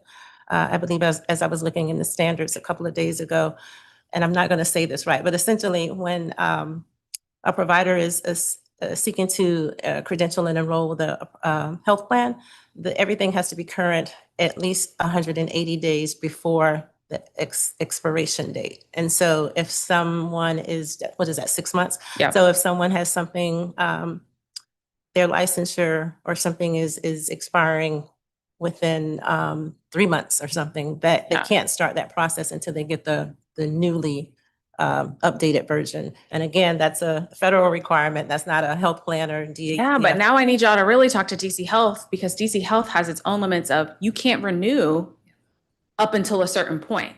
So let's say my license is about to expire 6 months, but DC Health is saying, hey, you can't renew to the 3 month. Now I've got a problem where I can't work until DC Health lets me even start that process, which will take some time. Man, I don't know. Being a doctor in this city seemed difficult. They can continue to work. They just can't Yes, but- newly enroll into the health plan until they are. We've got over 400,000 residents, as you know, on Medicaid, right? So yeah, I could work, but who's gonna hire me if I can't accept a Medicaid patient in this city, right? How am I gonna work at a practice if I say, oh no, I can only see the private insurance or those who can self-pay? No, what I was saying is, and maybe you're talking about new providers or folks just getting into the field. What I'm saying is, if you're an existing provider, the process would continue. But if you're just newly enrolling as a health plan provider, I'm saying that can continue to happen based upon what you just said. They can enroll and work with other carriers. But yeah, if it's just a person who's never enrolled with the health plan before, I understand that side of it, but if the provider is just being recredentialed, yeah, they can continue to provide the services. It's just that they have to make sure that the licenses and everything is provided within the appropriate timeframes. But I hear what you're saying. That is something that we need to consider as well. I don't know what that means as far as maybe sending some cute questions to NCQA and talk about what some of the challenges are for the District of Columbia and see if those are some options for consideration. But yeah, I mean, but it's less likely that NQCA is going to change the acronym, you know who I'm talking about. It's less likely that they are going to change their procedures. DC. It might be easier for DC Health to change when they allow for someone to come up for renewal. Right now, they're doing renewals based on your birthday, right? But, it may not always align in terms of the time frame. So y'all all in the same cluster, we could pick up the phone. We could figure this out. Okay, so we heard some testimony around the process might leave out provider types that require certification and registrations. So like they're doulas, for instance, dental assistants, that's not a licensure type. They have to certify or register. Does healthcare finance have any concerns around expanding the scope of professionals to be credentialed to include those individuals? Or those workforce types, rather? Well, for provider enrollment purposes, they already have to go through the provider enrollment process. I can't say yes or no on the credentialing because quite honestly, I don't understand what that nuance is for them, but it's certainly more than willing to look into it. I have seen in a couple other states where I think, more non-traditional providers such as doulas are exempted or outside of that credentialing process, I think. They just do it through fee for service. But we can follow up on that and better understand it. Okay. You mentioned in your testimony, and we know from research and prior testimony, there are a couple other states that already do the streamlining credentialing. Do they all use a third party? I think Ohio does. I know North Carolina's, at least their policy paper said that they would be procuring, they call it a credentialing verification organization. Okay. Just dollars. What we don't do right now is as our operations director would call it, we look at your license and we confirm that, but we're not doing the primary source document. And I don't know if this is something that DOH does, but we're not looking at, oh, you did go to medical school. This is where you went to medical school. This is that component. So that's one of the areas of credentialing that comes into play. That's not something that the Department of Healthcare Finance does today. Luckily for you, DC Health does do that part. They do check to make sure you graduated from where you said you went to. Okay.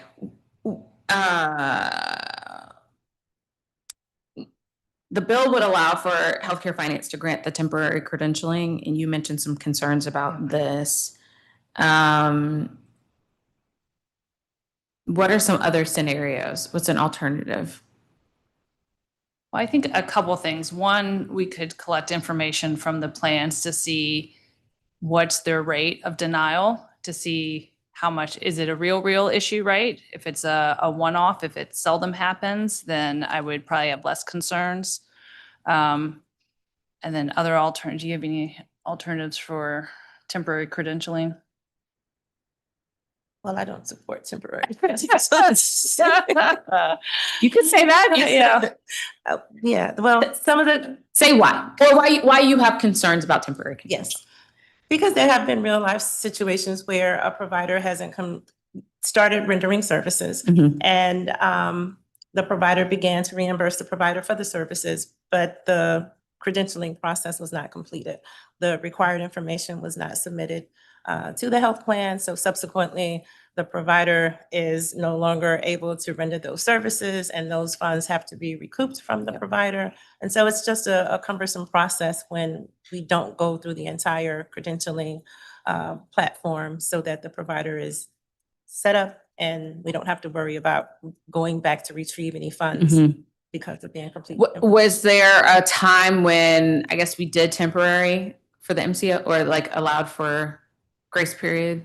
I remember when a health plan was in receivership, I believe, and I think a new health plan was coming in. I don't remember the specifics. I'm old, so I don't remember the specifics, but I know that there was a period to try to get a new health plan that was coming in to be up and ready to get providers credentialed into the network.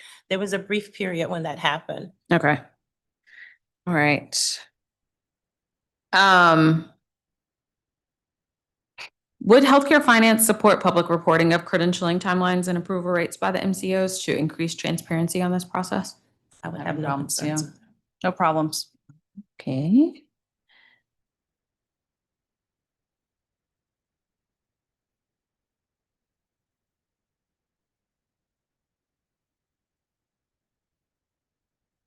Sorry, we were talking back and forth, so I was asking questions, but without marking them off. So I'm just trying to make sure I'm clearing on my side.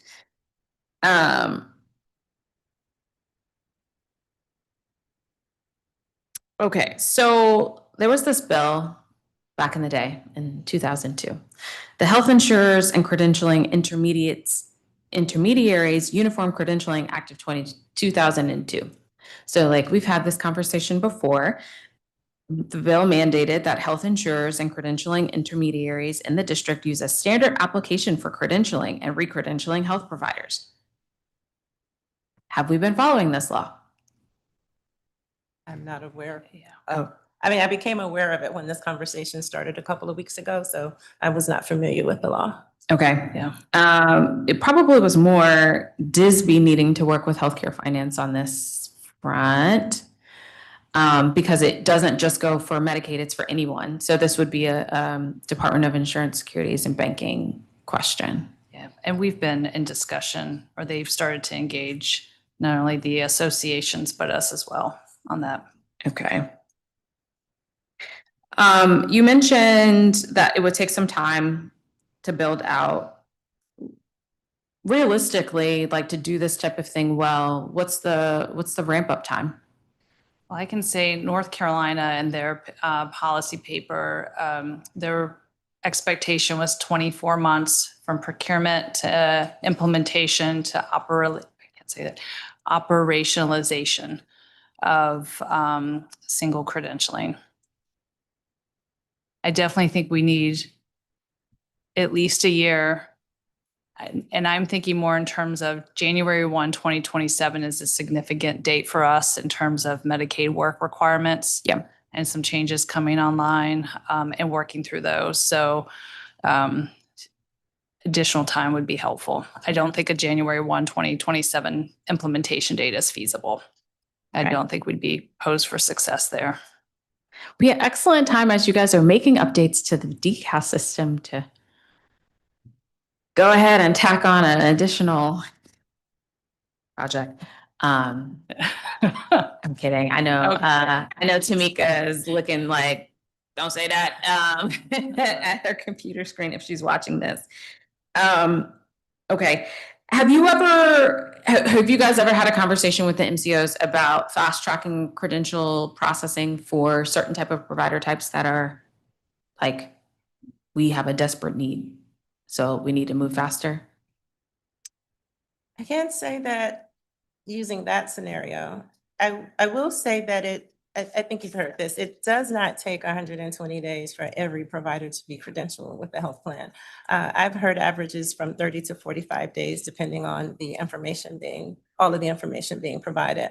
I think, and I might have read it in one of someone's testimony, I think there's a distinction between completing the credentialing process and then the provider is enrolled into the health plan's, I'll just say payment system, based upon whatever the what do you call it? The rates, whatever's been established as the reimbursement rates for the services rendered. I think that might be something different from the credentialing, and maybe it's all being considered as one thing, because at the end of the day, for the provider, it is one thing. Yeah. But I think the credentialing process, in most cases, it is a little bit quicker if everything's provided, but then adding whatever is in the provider agreement, adding that into their system. So when that provider begins to bill for services, that the information is properly set up in the system to reimburse the provider at the agreed upon rates. Yeah, I mean, I think you're right. Those are two different processes, but for the provider, okay, I got credentialed. That's cute. But like, if I can't get paid, then. And I think that's one area we can put a little bit more attention on, that timing. So you've done the credentialing. Realistically, how long is it going to take for this to be set up in your system?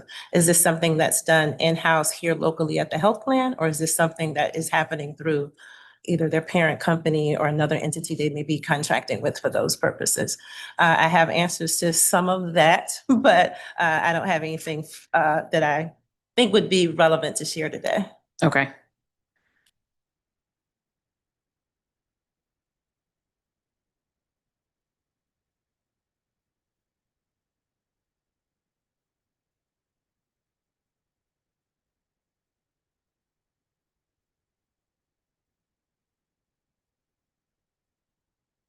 Okay. You mentioned an alternative of perhaps exploring that if a provider is able to get credentialed with one MCO, then apply to all the others.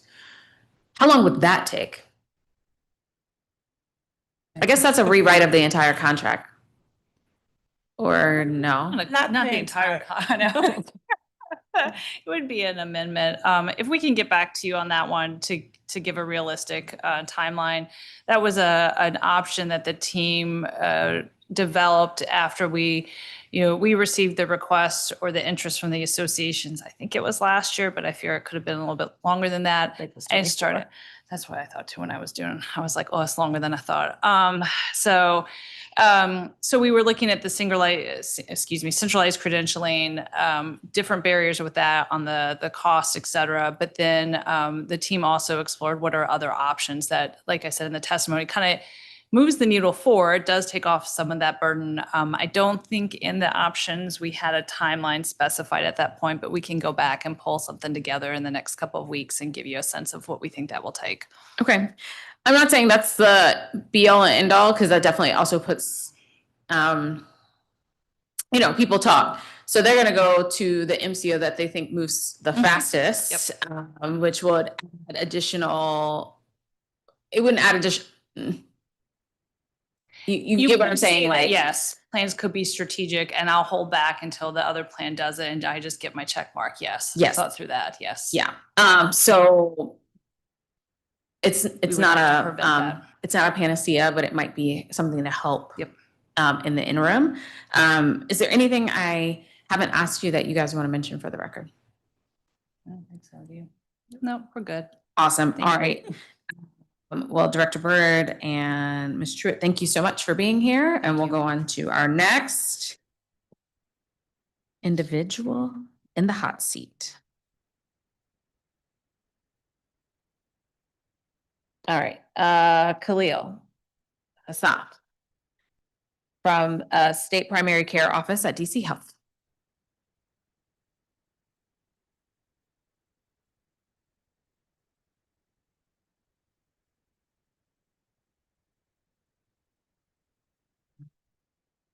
Okay, if before you begin, I need to swear you in. If you can raise your right hand. Do you swear or affirm under penalty of law that the testimony you're about to provide to the Council of the District of Columbia and this committee is the truth, the whole truth, and nothing but the truth? I do. Great. When you're ready. Good morning, Chairperson Henderson, council members, and Committee on Health staff. My name is Khalil Hassam. and I'm the director of the State Primary Care Office within DC Health's Community Health Administration, also known as CHA.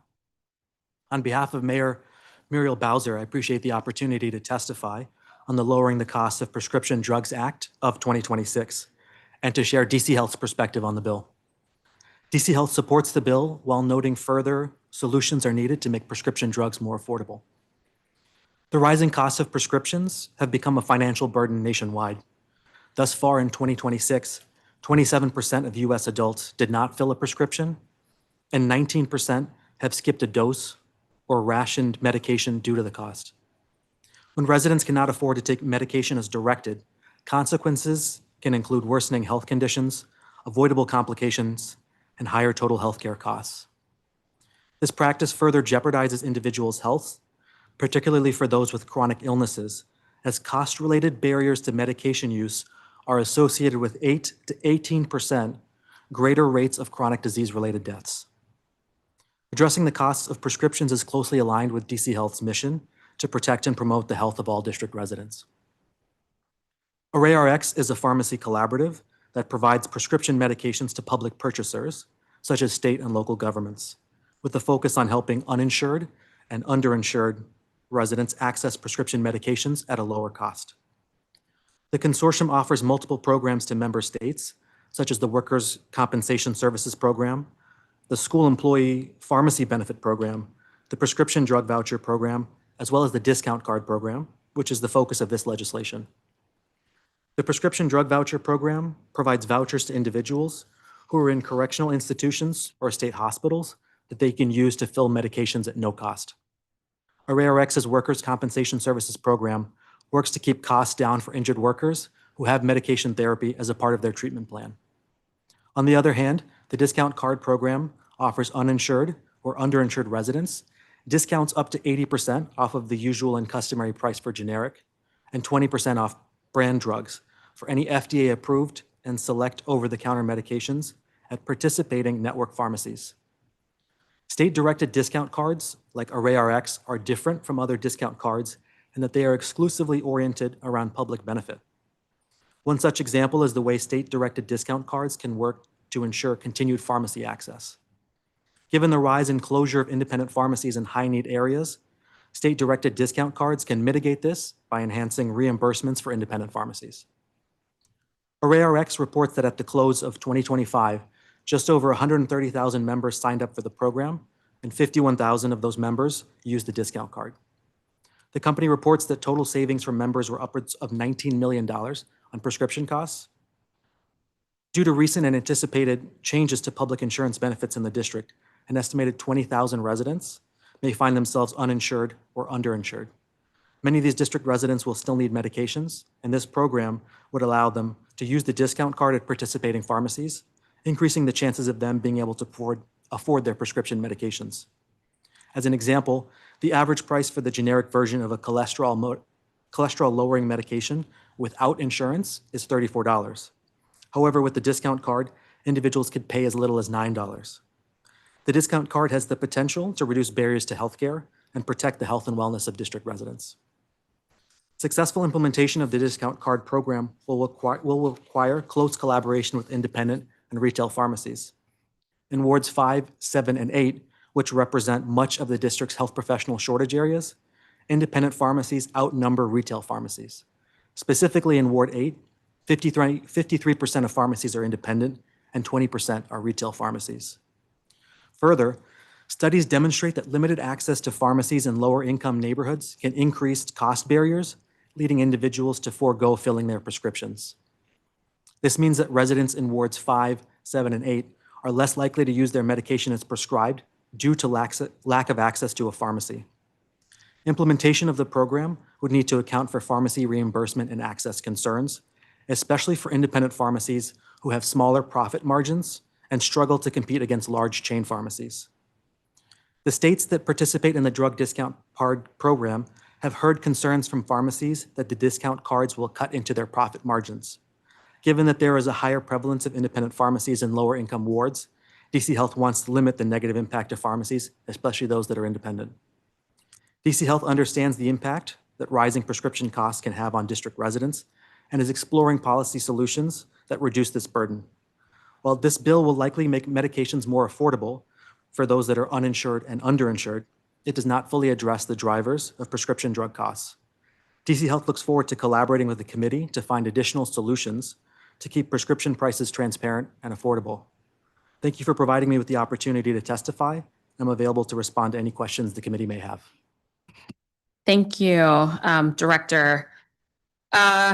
So, this bill is kind of interesting in that we're just giving authorization for the mayor to join the program. We don't necessarily prescribe all of the various pieces here, but I think in your testimony, you raised some excellent points of, number one, there's more work to be done to bring down prescription drug costs. And two, we really have to consider how this interplays with independent pharmacies in the district, given their prevalence in certain parts of the city. Have you all had any conversations with any of the other jurisdictions that already participate in the program? We have. What's their feedback? About? Implementation, challenges? Yeah, so the number one thing that they've advised us is it's important to have staffing for this program. Okay. This program is helpful, but if nobody knows about it, nobody uses it. Right, so the marketing piece, or is it something further? It's the marketing piece, ensuring that both residents are aware of this program, and that is achieved through a number of means, including talking directly with residents, but also leveraging key partners like healthcare providers. Yeah. That's one piece of it. And the other one in terms of implementation is, as I mentioned earlier, some states are using a special designation of critical access pharmacies, and that is the mechanism that they use to provide higher reimbursements to independent pharmacies. Okay. Okay. From DC Health's perspective, what's a reasonable timeline for implementation for this to become operational? Let's say like everything goes well, and not that I'm promising an FTE, but let's say we did the thing that you wanted and you had that. How long would it take for this to actually sort of become operational? That's a good question. I would have to get back to you on that. Okay.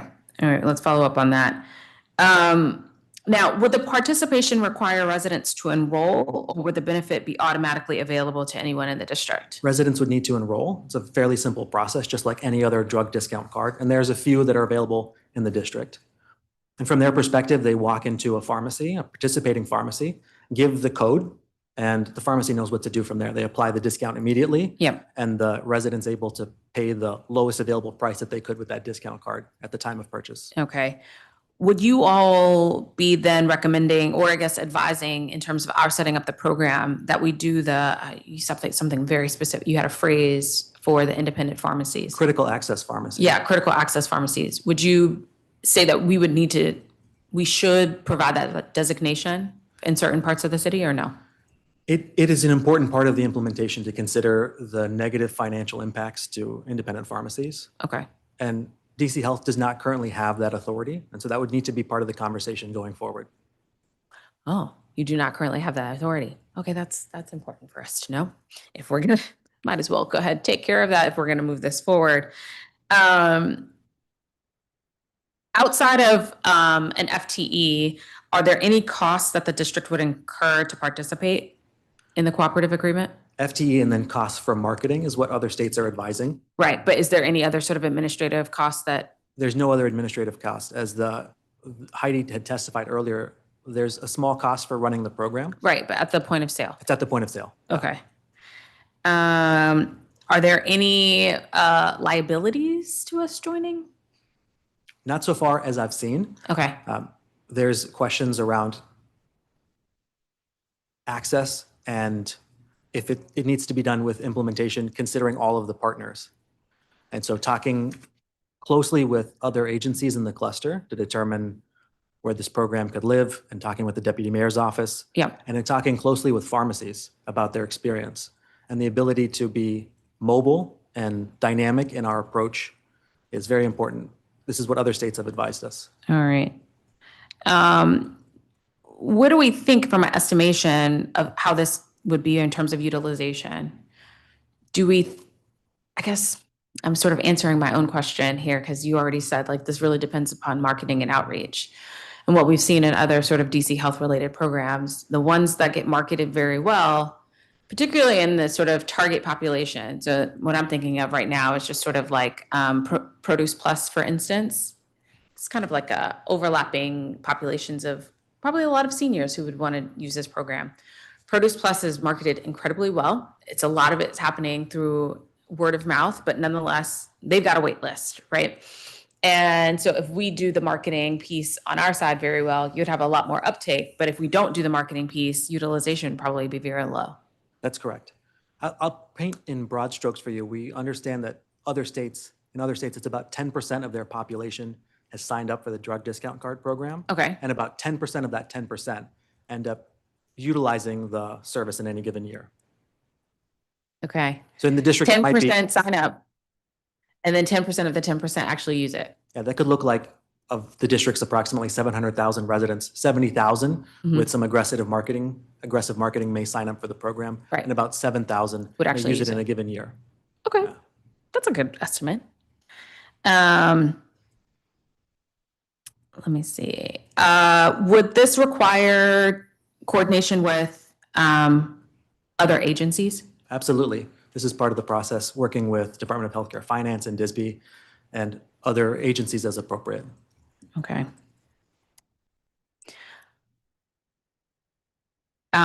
Is this duplicative of any of the current programs that we currently have in place? There's no other similar state program in the district, Okay. although there are other discount card programs that operate in the district. Right, but not state operated. Not state operated, yeah. Okay. Okay, is there anything else you want to say for the record that I didn't ask you? Yeah, I think that this is an important piece, but it's just one input into the landscape. And so affordability is one piece, but residents still need access to a healthcare provider who can prescribe those medications. Yeah. Access to a multidisciplinary care team that can take care of and support individuals with chronic conditions and multiple needs. These are areas where DC Health is already working. And so it's important to just consider the system in which affordability exists. Yeah, well, not just affordability, but also access. We've had testimony from some of our independent pharmacies in the past, and I know that it's a struggle for them, particularly given the reimbursement rates for some of them to even just keep their doors open. So, you know, I can have a prescription all day long, but if I have to drive across town to fill it, then did it really work for me? So, as I say, with all of our pieces of legislation, I'm not naive to think that anything that we're doing is going to solve 100% of the problem. But if we can be moving us in the right direction, then I think it's worth a conversation. Awesome. Well, thank you so much. Thank you for your questions. Thank you. All right. And our final but mighty last government witness for today, Caroline Howe, who's the Food Policy Director at the Office of Planning. Hello.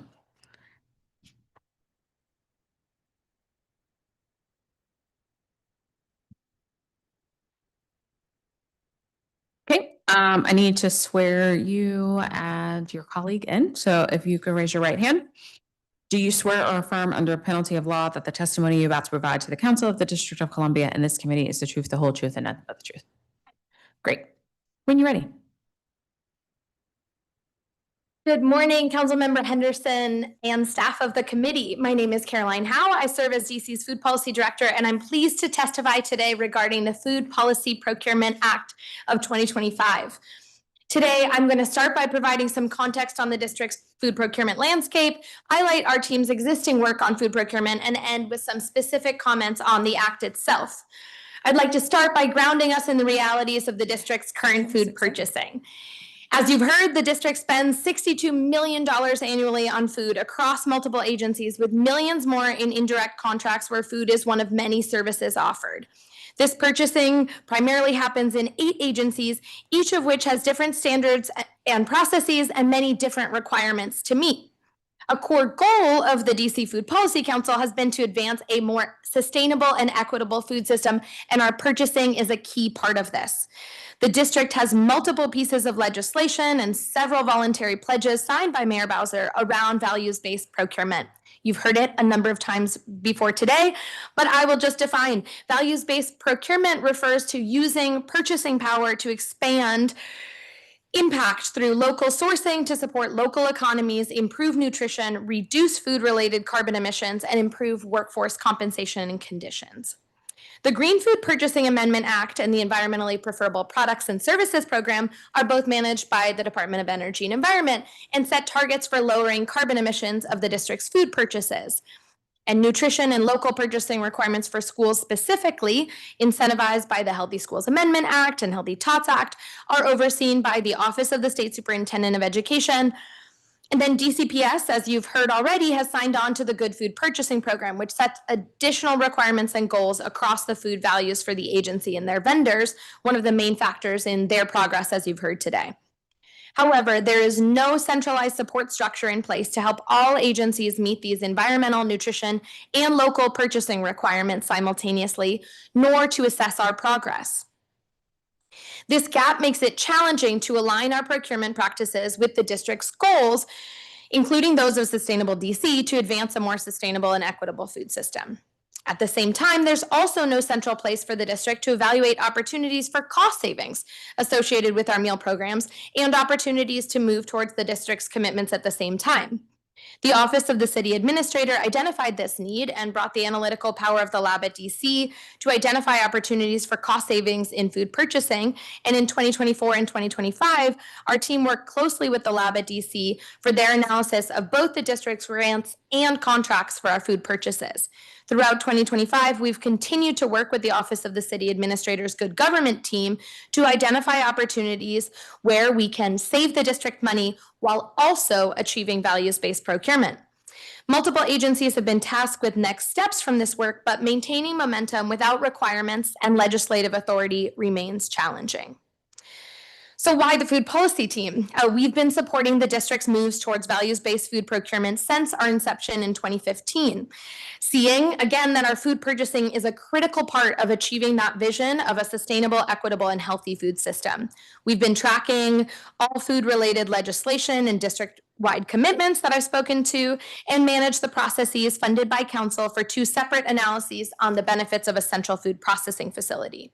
Our team has also been convening food procuring agencies in a procurement community of practice since early 2025 to share best practices for improving institutional food quality via our food solicitations and contracts. In September 2025, with funding from the USDA Resilient Food System Infrastructure Grant, the food policy team was able to bring on a full-time staff person with food procurement expertise to really focus on how the district's own food procurement can help build a resilient food system. This addition to the team has allowed us to increase our focus on procurement with some immediate wins I'd like to share with you and potential for significant advances over the long term. For example, having this increased capacity has allowed our procurement community of practice to meet monthly rather than quarterly, accelerating the exchange of dialogue between agencies. It has also advanced substantially our work on central food processing. Again, since 2014, district agencies have been exploring how central food processing could move us towards these values through bulk purchasing, processing, and preparation of district meals, with the potential to enable more regional food sourcing, create more nutritious and less processed meals, and ensure more resilience in the district's food chain. Over the past 5 months, with our fully focused food procurement policy analyst, we worked with the Office of the City Administrator to conduct a financial analysis that built off of the 2023 study that council funded. In that study, we were able to evaluate spatial and infrastructural needs, but with this, we were actually able to dig into costs of each agency. We could not have completed this without the capacity provided by our federal funding, given all of the other priorities we're balancing. Additional staff capacity has also allowed us to support multiple agencies and the Office of Contracting and Procurement to begin the use of OCP's V Street warehouse to share food service supply storage. And this is now underway with aluminum trays used for food donation. Sharing this warehouse for more supplies can help district agencies purchase larger volumes of food service supplies at lower costs and make the most of limited storage space in district kitchens. OCA has done an incredible job to catalyze this work, and all participating agencies have gathered and shared lots of essential data, but capacity within our team has allowed us to do data analysis that agencies did not have the capacity to do alone. I'd now like to shift from the work our team has done to talk specifically about the Act itself, including some opportunities and questions. The goals of the bill to advance values-based procurement are very aligned with the mission and work of the food policy team. You've heard that from many of our witnesses. And we strongly support the desire to codify the commitments to values-based purchasing in legislation. We see immense value in increasing procurement data transparency and having one agency collect that procurement data that could be used for reporting on nutrition, sustainability, and local sourcing will streamline the work both for reporting agencies and those responsible for reporting on that impact. Given the work our team has done on food procurement, we are eager to continue it. I want to be very clear that this year's progress on procurement has been possible only because of our federal funding, which ends in 11 months. At that point, without legislation and additional funding, we'd have to make tough choices about priorities. I'm deeply proud of all of the work of the Food Policy Council and team that I testified about before you last month. We cannot continue to make progress on our existing priorities and add in the responsibilities in this bill without additional resources. I want to recognize a couple of other questions and concerns, both that have been raised today related to this legislation. First, this legislation asks the food policy director to report on data that would come from other agencies without explicitly requiring those agencies to provide the relevant procurement data and without explicitly setting any goals for our procurement progress. Both the food policy team and the food purchasing agencies would benefit from clarity on priorities, performance indicators, and accountability mechanisms. Second, given that the food policy team is currently legislated to focus on data analysis, food policy, and food systems planning within the Office of Planning, some may question whether responsibilities outlined in this bill are best suited for the food policy director and team within that current structure. Lastly, we recognize that adding new reporting requirements for vendors can be a burden for small and local businesses, undercutting the Act's goals to support those very businesses. Data partners like the Good Food Purchasing Program can perform the analysis on supply chain values without the need to burden small vendors with that task. The district will need to prepare to structure contracts and budgets that incentivize both transparent reporting and our food purchasing values. Now, the other portion of the bill looks at the Food Policy Council's reporting requirements, and I would like to touch on that. This legislation would change both the content and frequency of the food system assessment, which is timely given national changes to data collection and reporting around food security. We've been increasingly working to share our food systems data in real time as agencies report out in oversight, as our partners release hunger data, and as Department of Employment Services and the Restaurant Association of Metropolitan Washington release their jobs reports, and as the USDA and other federal workforce agencies report their own data. By releasing data as it comes and developing a live data dashboard to display this information, we hope to be able to provide council and residents more real-time information, which would be complemented by this deeper report every 3 years. I am deeply excited to see council focusing on food procurement and grateful for the motivations behind this legislation to expand values-based procurement in the district that are behind this act. My team and I are happy to be of service as council decides the best way to proceed. I appreciate the opportunity to testify today, and I would be glad to answer any of your questions. Thank you so very much. Okay, some of these questions are just very technical for the bill, if we just need to ask them, and then others are about some of our larger goals around sort of food. I was sort of reflecting though in your testimony and the conversation, we spend $62 million on food. And that doesn't, I mean, and that's just like, that's across 8 agencies who are all probably doing it a little bit differently. Correct. Or very differently, to varying degrees of quality, varying degrees of variety in terms of offering. And I don't know, I feel like in some ways we could just be doing this better. When I was committee director for Committee on Education, we would do these like school lunch tours. We just like pop up at a school, see what you're serving that day. Some were better than others, and some were very surprised to see us on those days. But I feel like in some ways we probably should do that across all of the agencies that do food deserve a pop-up. I agree with you. Have you tried the food at all of the agencies who do the food? I have tried the food at many of our agencies. I will say that at DOC, we're not able to eat with the other residents or DYRS. But I certainly can say, even across our schools, which obviously share many of the same legislations, but different vendors and different sites, I agree with you that the quality ranges enormously. Okay. Just on a very technical piece, so part of the bill decreases the reporting requirements for the Food Policy Council, and I don't want anyone to be alarmed in that we're like lessening pieces, but right now you're required to do an annual report on the district's food systems, and this would require every 3 years, which I think would allow for us to get a more comprehensive picture of all of the different pieces. But is this something that you guys are comfortable with? And would this better align us with other jurisdictions who have similar reporting?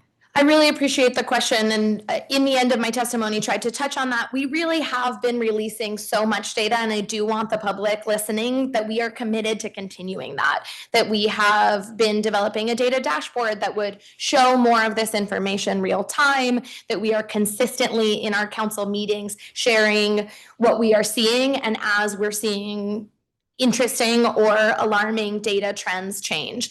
That said, we were one of the only food policy councils amongst our peers who were having to create a deeper assessment and report every year.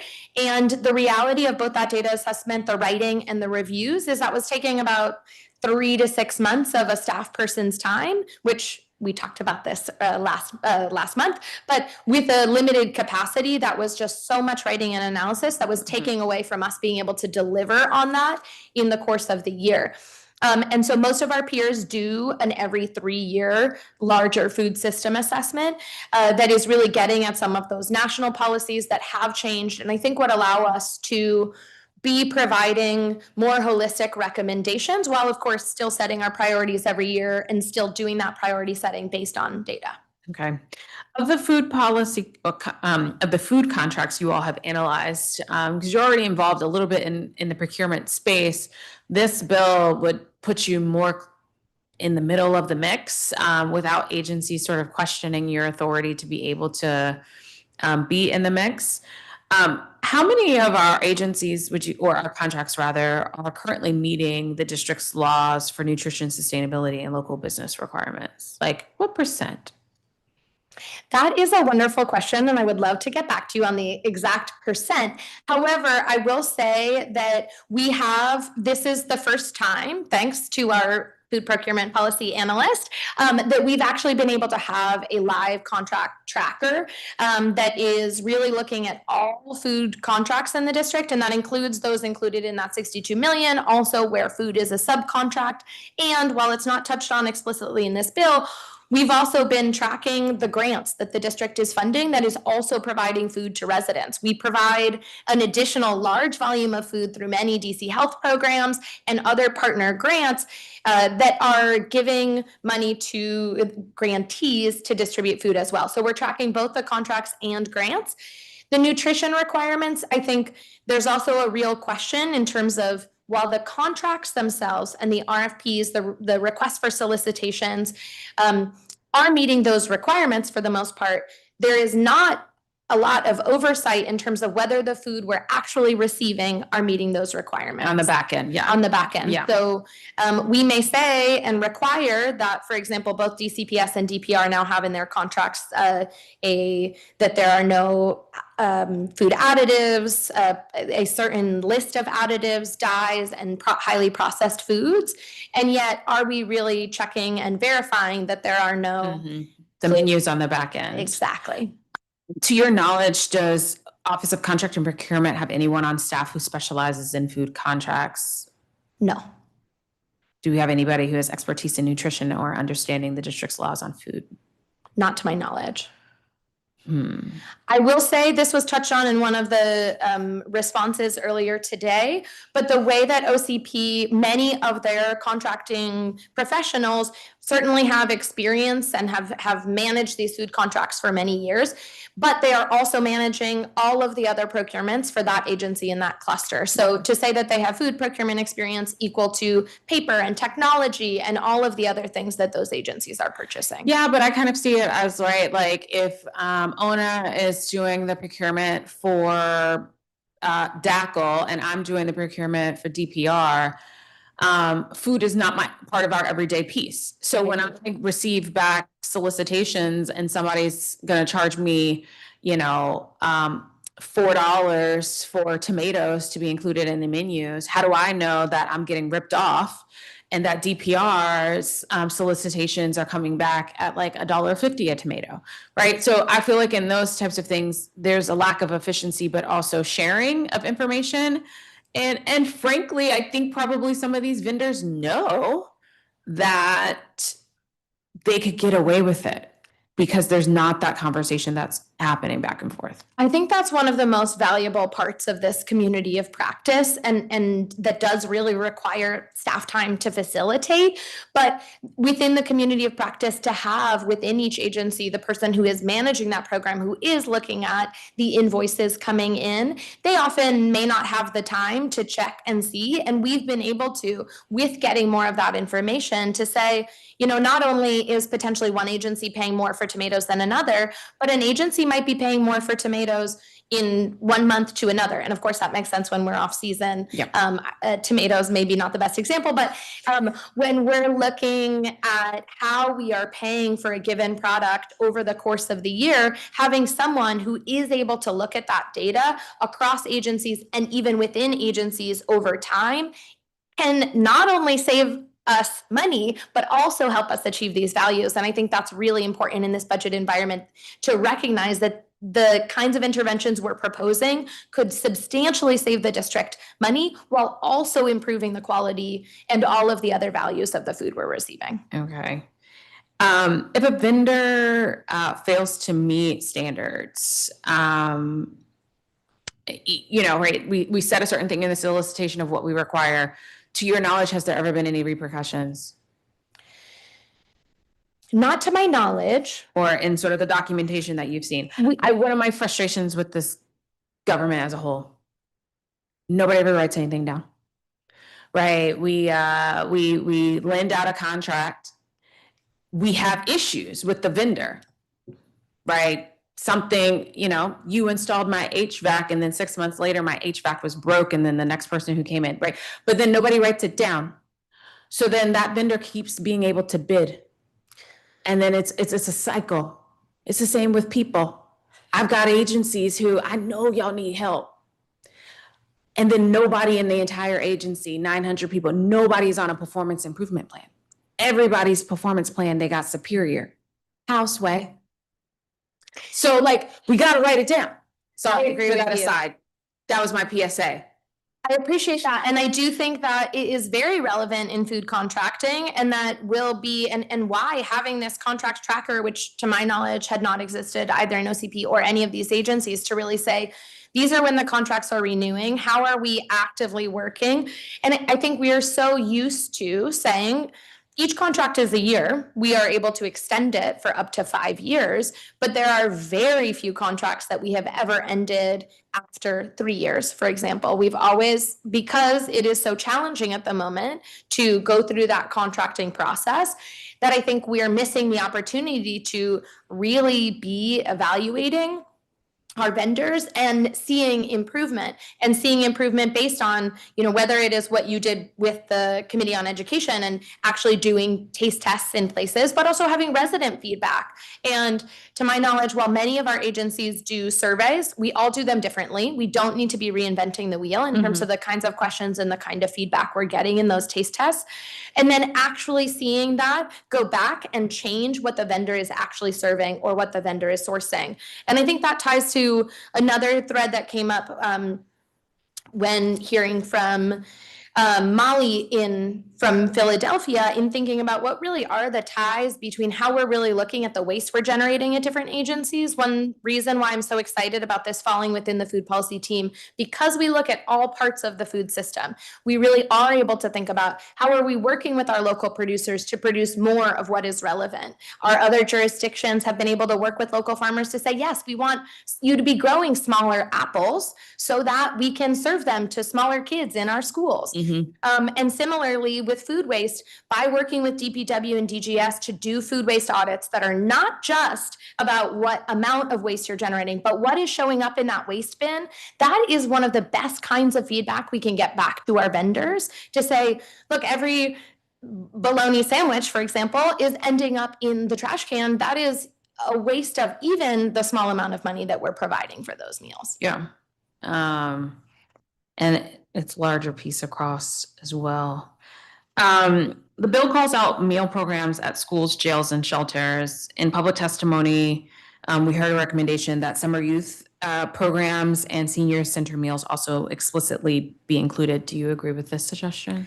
I love the fact that in district legislation, including means both what is listed as well as others. That said, I think it certainly would help to be able to explicitly call out those other kinds of meal services. And I'd be happy to follow up with a list of all of the places where we are serving institutional food. The Act also does explicitly call out institutional food. And I think for that reason, we might not think about what is our summer meal programs that are being served at rec centers or other things that aren't in our mindset of what an institutional food looks like.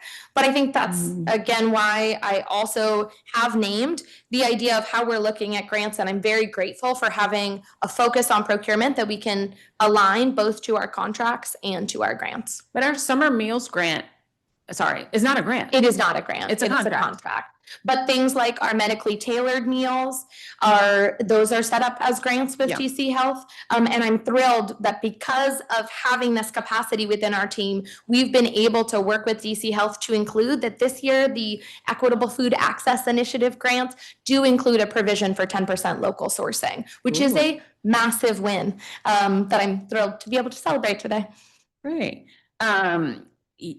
Your analyst is sitting next to you. Hi. If you could just introduce yourself for the record. Hi, my name is Kashif Momin, and I am the Food Procurement Policy Analyst on the Food Policy team in OP. Okay. You've been here for a little bit of time now. You've got 11 months left. Like, what are the biggest insights that you've discovered in terms of your digging? Because you've been digging, like, in terms of all of these various contracts and things.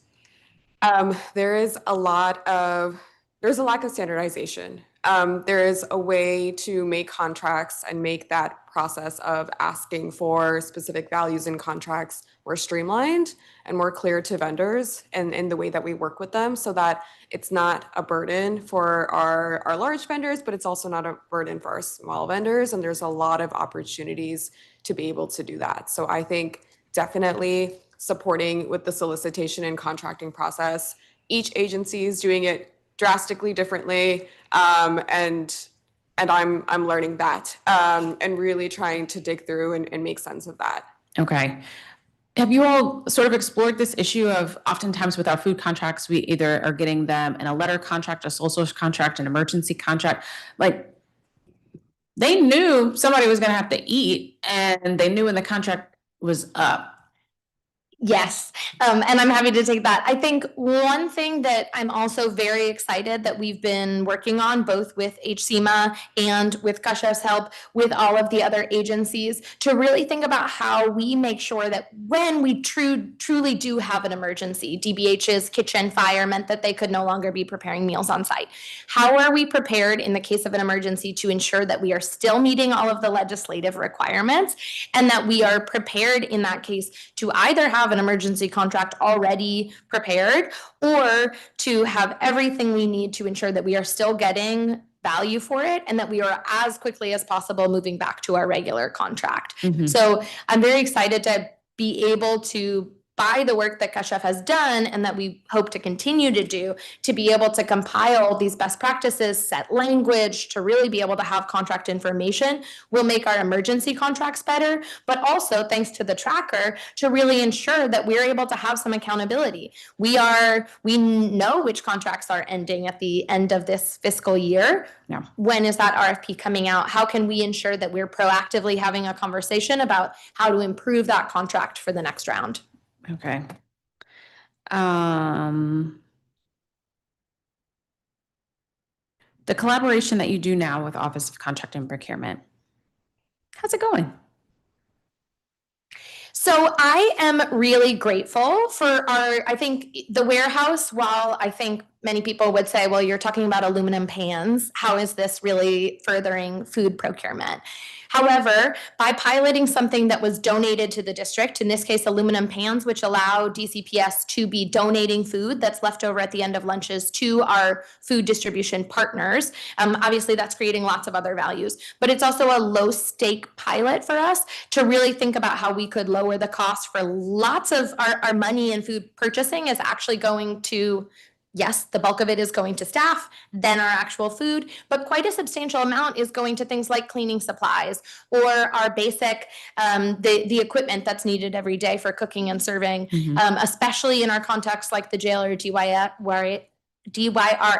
where people are receiving food in their spaces. So I think that's been really productive to be able to have something really positive to be working on with OCP, to be building those relationships and building that trust, that we are committed to all of the same things that they are in terms of meeting our regulatory requirements, meeting our CBE requirements, and keeping costs low while also moving towards these values. So I think that's been a really positive development. I also am thrilled that while we have had a vacancy for when the Green Food Procurement Act was passed, it included a position both at DOEE and one at OCP, which remained vacant and still does.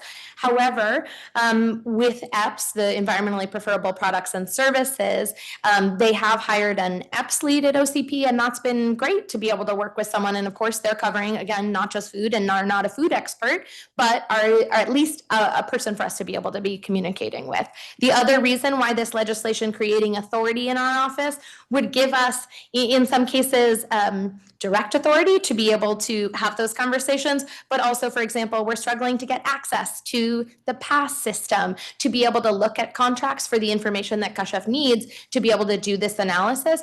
And that's a place where having this legislatively, we are required to be able to do this would make that quite a bit easier. Yeah, the information that's in PASS is way more than what they send over in sort of the council packets.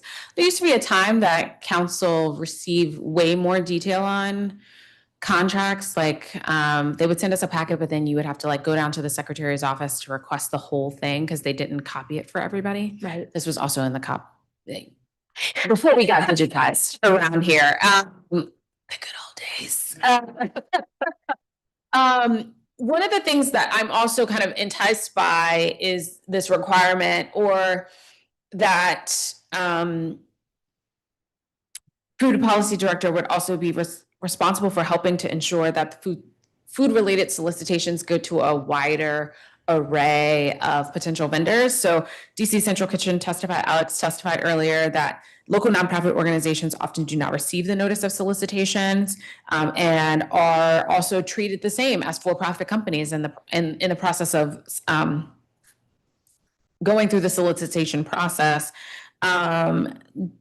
Do you agree with this assessment that like we could do better in terms of our outreach more to local nonprofits who might be able to provide the services? 100%. And I think that I also really appreciate Alex naming the fact that our nonprofits, who are in some cases are really driven by values-based food procurement, are not treated the same as CBEs, don't get those additional bonus points, despite the fact that they are creating jobs in our local economy, for the most part are meeting all of those other CBE requirements in terms of having leadership, 50% of staff, 50% of income coming from within the district. So I think that's, of course, broader than just food, but is so relevant in the food context, given that so many of our food players in the district are nonprofits structurally. Yeah.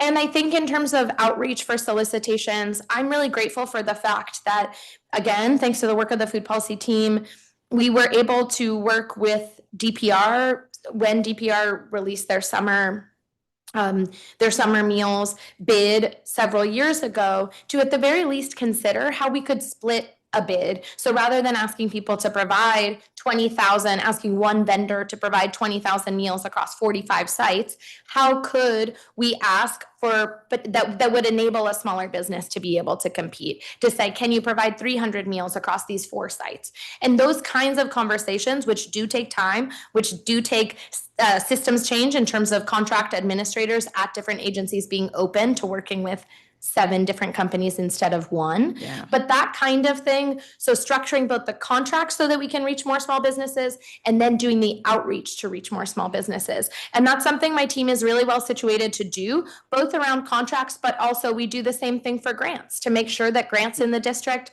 thinking about DOE's Sustainable Crop Block Grant, which is a very specific grant program, but where we, for the last several years, have been able to do outreach to make sure that organizations that aren't typically considering this are recognizing where they could fit in. Yeah. Even in sort of the nonprofit food space, DC Central Kitchen, they have one of the DCPS contracts, and I went to one of their sites. It was like Ron Brown High School. Yes. They serve this curried cauliflower that lives rent free in my head. That's how And it's been a number of years. And like the kids, yeah. It's just sort of in that sort of space, right? And this isn't to sort of take a dig in terms of the more national companies, but some of our local nonprofits, they have a better understanding of the culture of not even just DC, but like, what is the flavor profile that students at that particular school would be interested in, and how do you kind of like slide it in something new where they probably wouldn't have eaten the cauliflower normally, but you curry that cauliflower and it's a whole different experience in your mouth. Absolutely. And that's one of the reasons why I really appreciate the way that the legislation is set up to broadly name the values, because I think it does give us an ability to think about what are the values most important to the district, where cultural relevance is a huge one. And so Seattle has included that as one of their 6 procurement values, that cultural relevance is one of the values we look for in our contracts. And I think that that is really important and relevant. I also think that, again,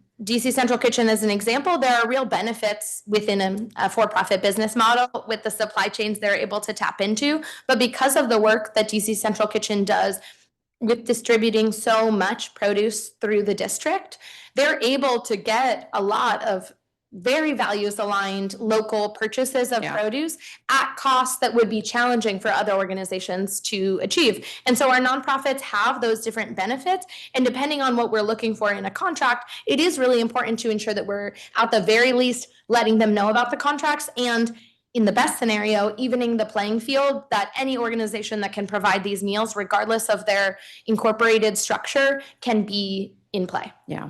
Okay. Is there anything that I haven't asked you for the record that you wanted to mention? Yes. I'll keep it brief. But 2 of the things that I did want to name that I think very briefly came up in Tom's testimony was this fact that currently the district looks at lowest cost contracts in all of our contracting. And so the leverage that we have and what is discussed in the bill is recognizing how can we incorporate more standards into our contracts so that we are still looking for the lowest cost provider, but that is meeting these baselines. But other cities have started looking to, and states, looking to how do we contract on a best value basis or having performance-based contracts. And I think the Redstone report really looked at how some of those larger changes to our contracting could really move us to achieving more values, but fundamentally getting more for our money. And then I also think that this sets us up. One of the things that I really appreciated in terms of how New York City has structured their similar procurement act is really inviting a reassessment of our standards every 3 years. So for example, I'm thrilled that DCPS and DPR now have removed all of those particular additives and dyes. If we were to apply that across the district, it would mean we wouldn't serve bologna any longer because of the processing and dyes and additives that are in bologna. And while that would be a small win for DOC, I do, and for the folks who spoke earlier, I think that that would be significant and would allow us to be getting a much better value than we currently are. Great. Thank you. All right. Well, that concludes today's hearing. I want to thank all of the witnesses who testified today, all of the agencies who participated. We don't often have 3 different agencies with us, but I like my clusters. So thank you guys for being here. The record will remain open until 5 p.m. on Wednesday, April 8th, 2026 for the public to submit written testimony. You can submit your statement on the council website at dccouncil.gov/hearings. Like I said, that ends today. The Committee on Health will reconvene next week on Thursday, April 2nd, for a public roundtable on some nominations for the Board of Nursing as well as the Board of Funeral Directors. There is no further business in front of this committee for today. The time is 12:31 p.m. and this hearing is adjourned. Thanks, everyone.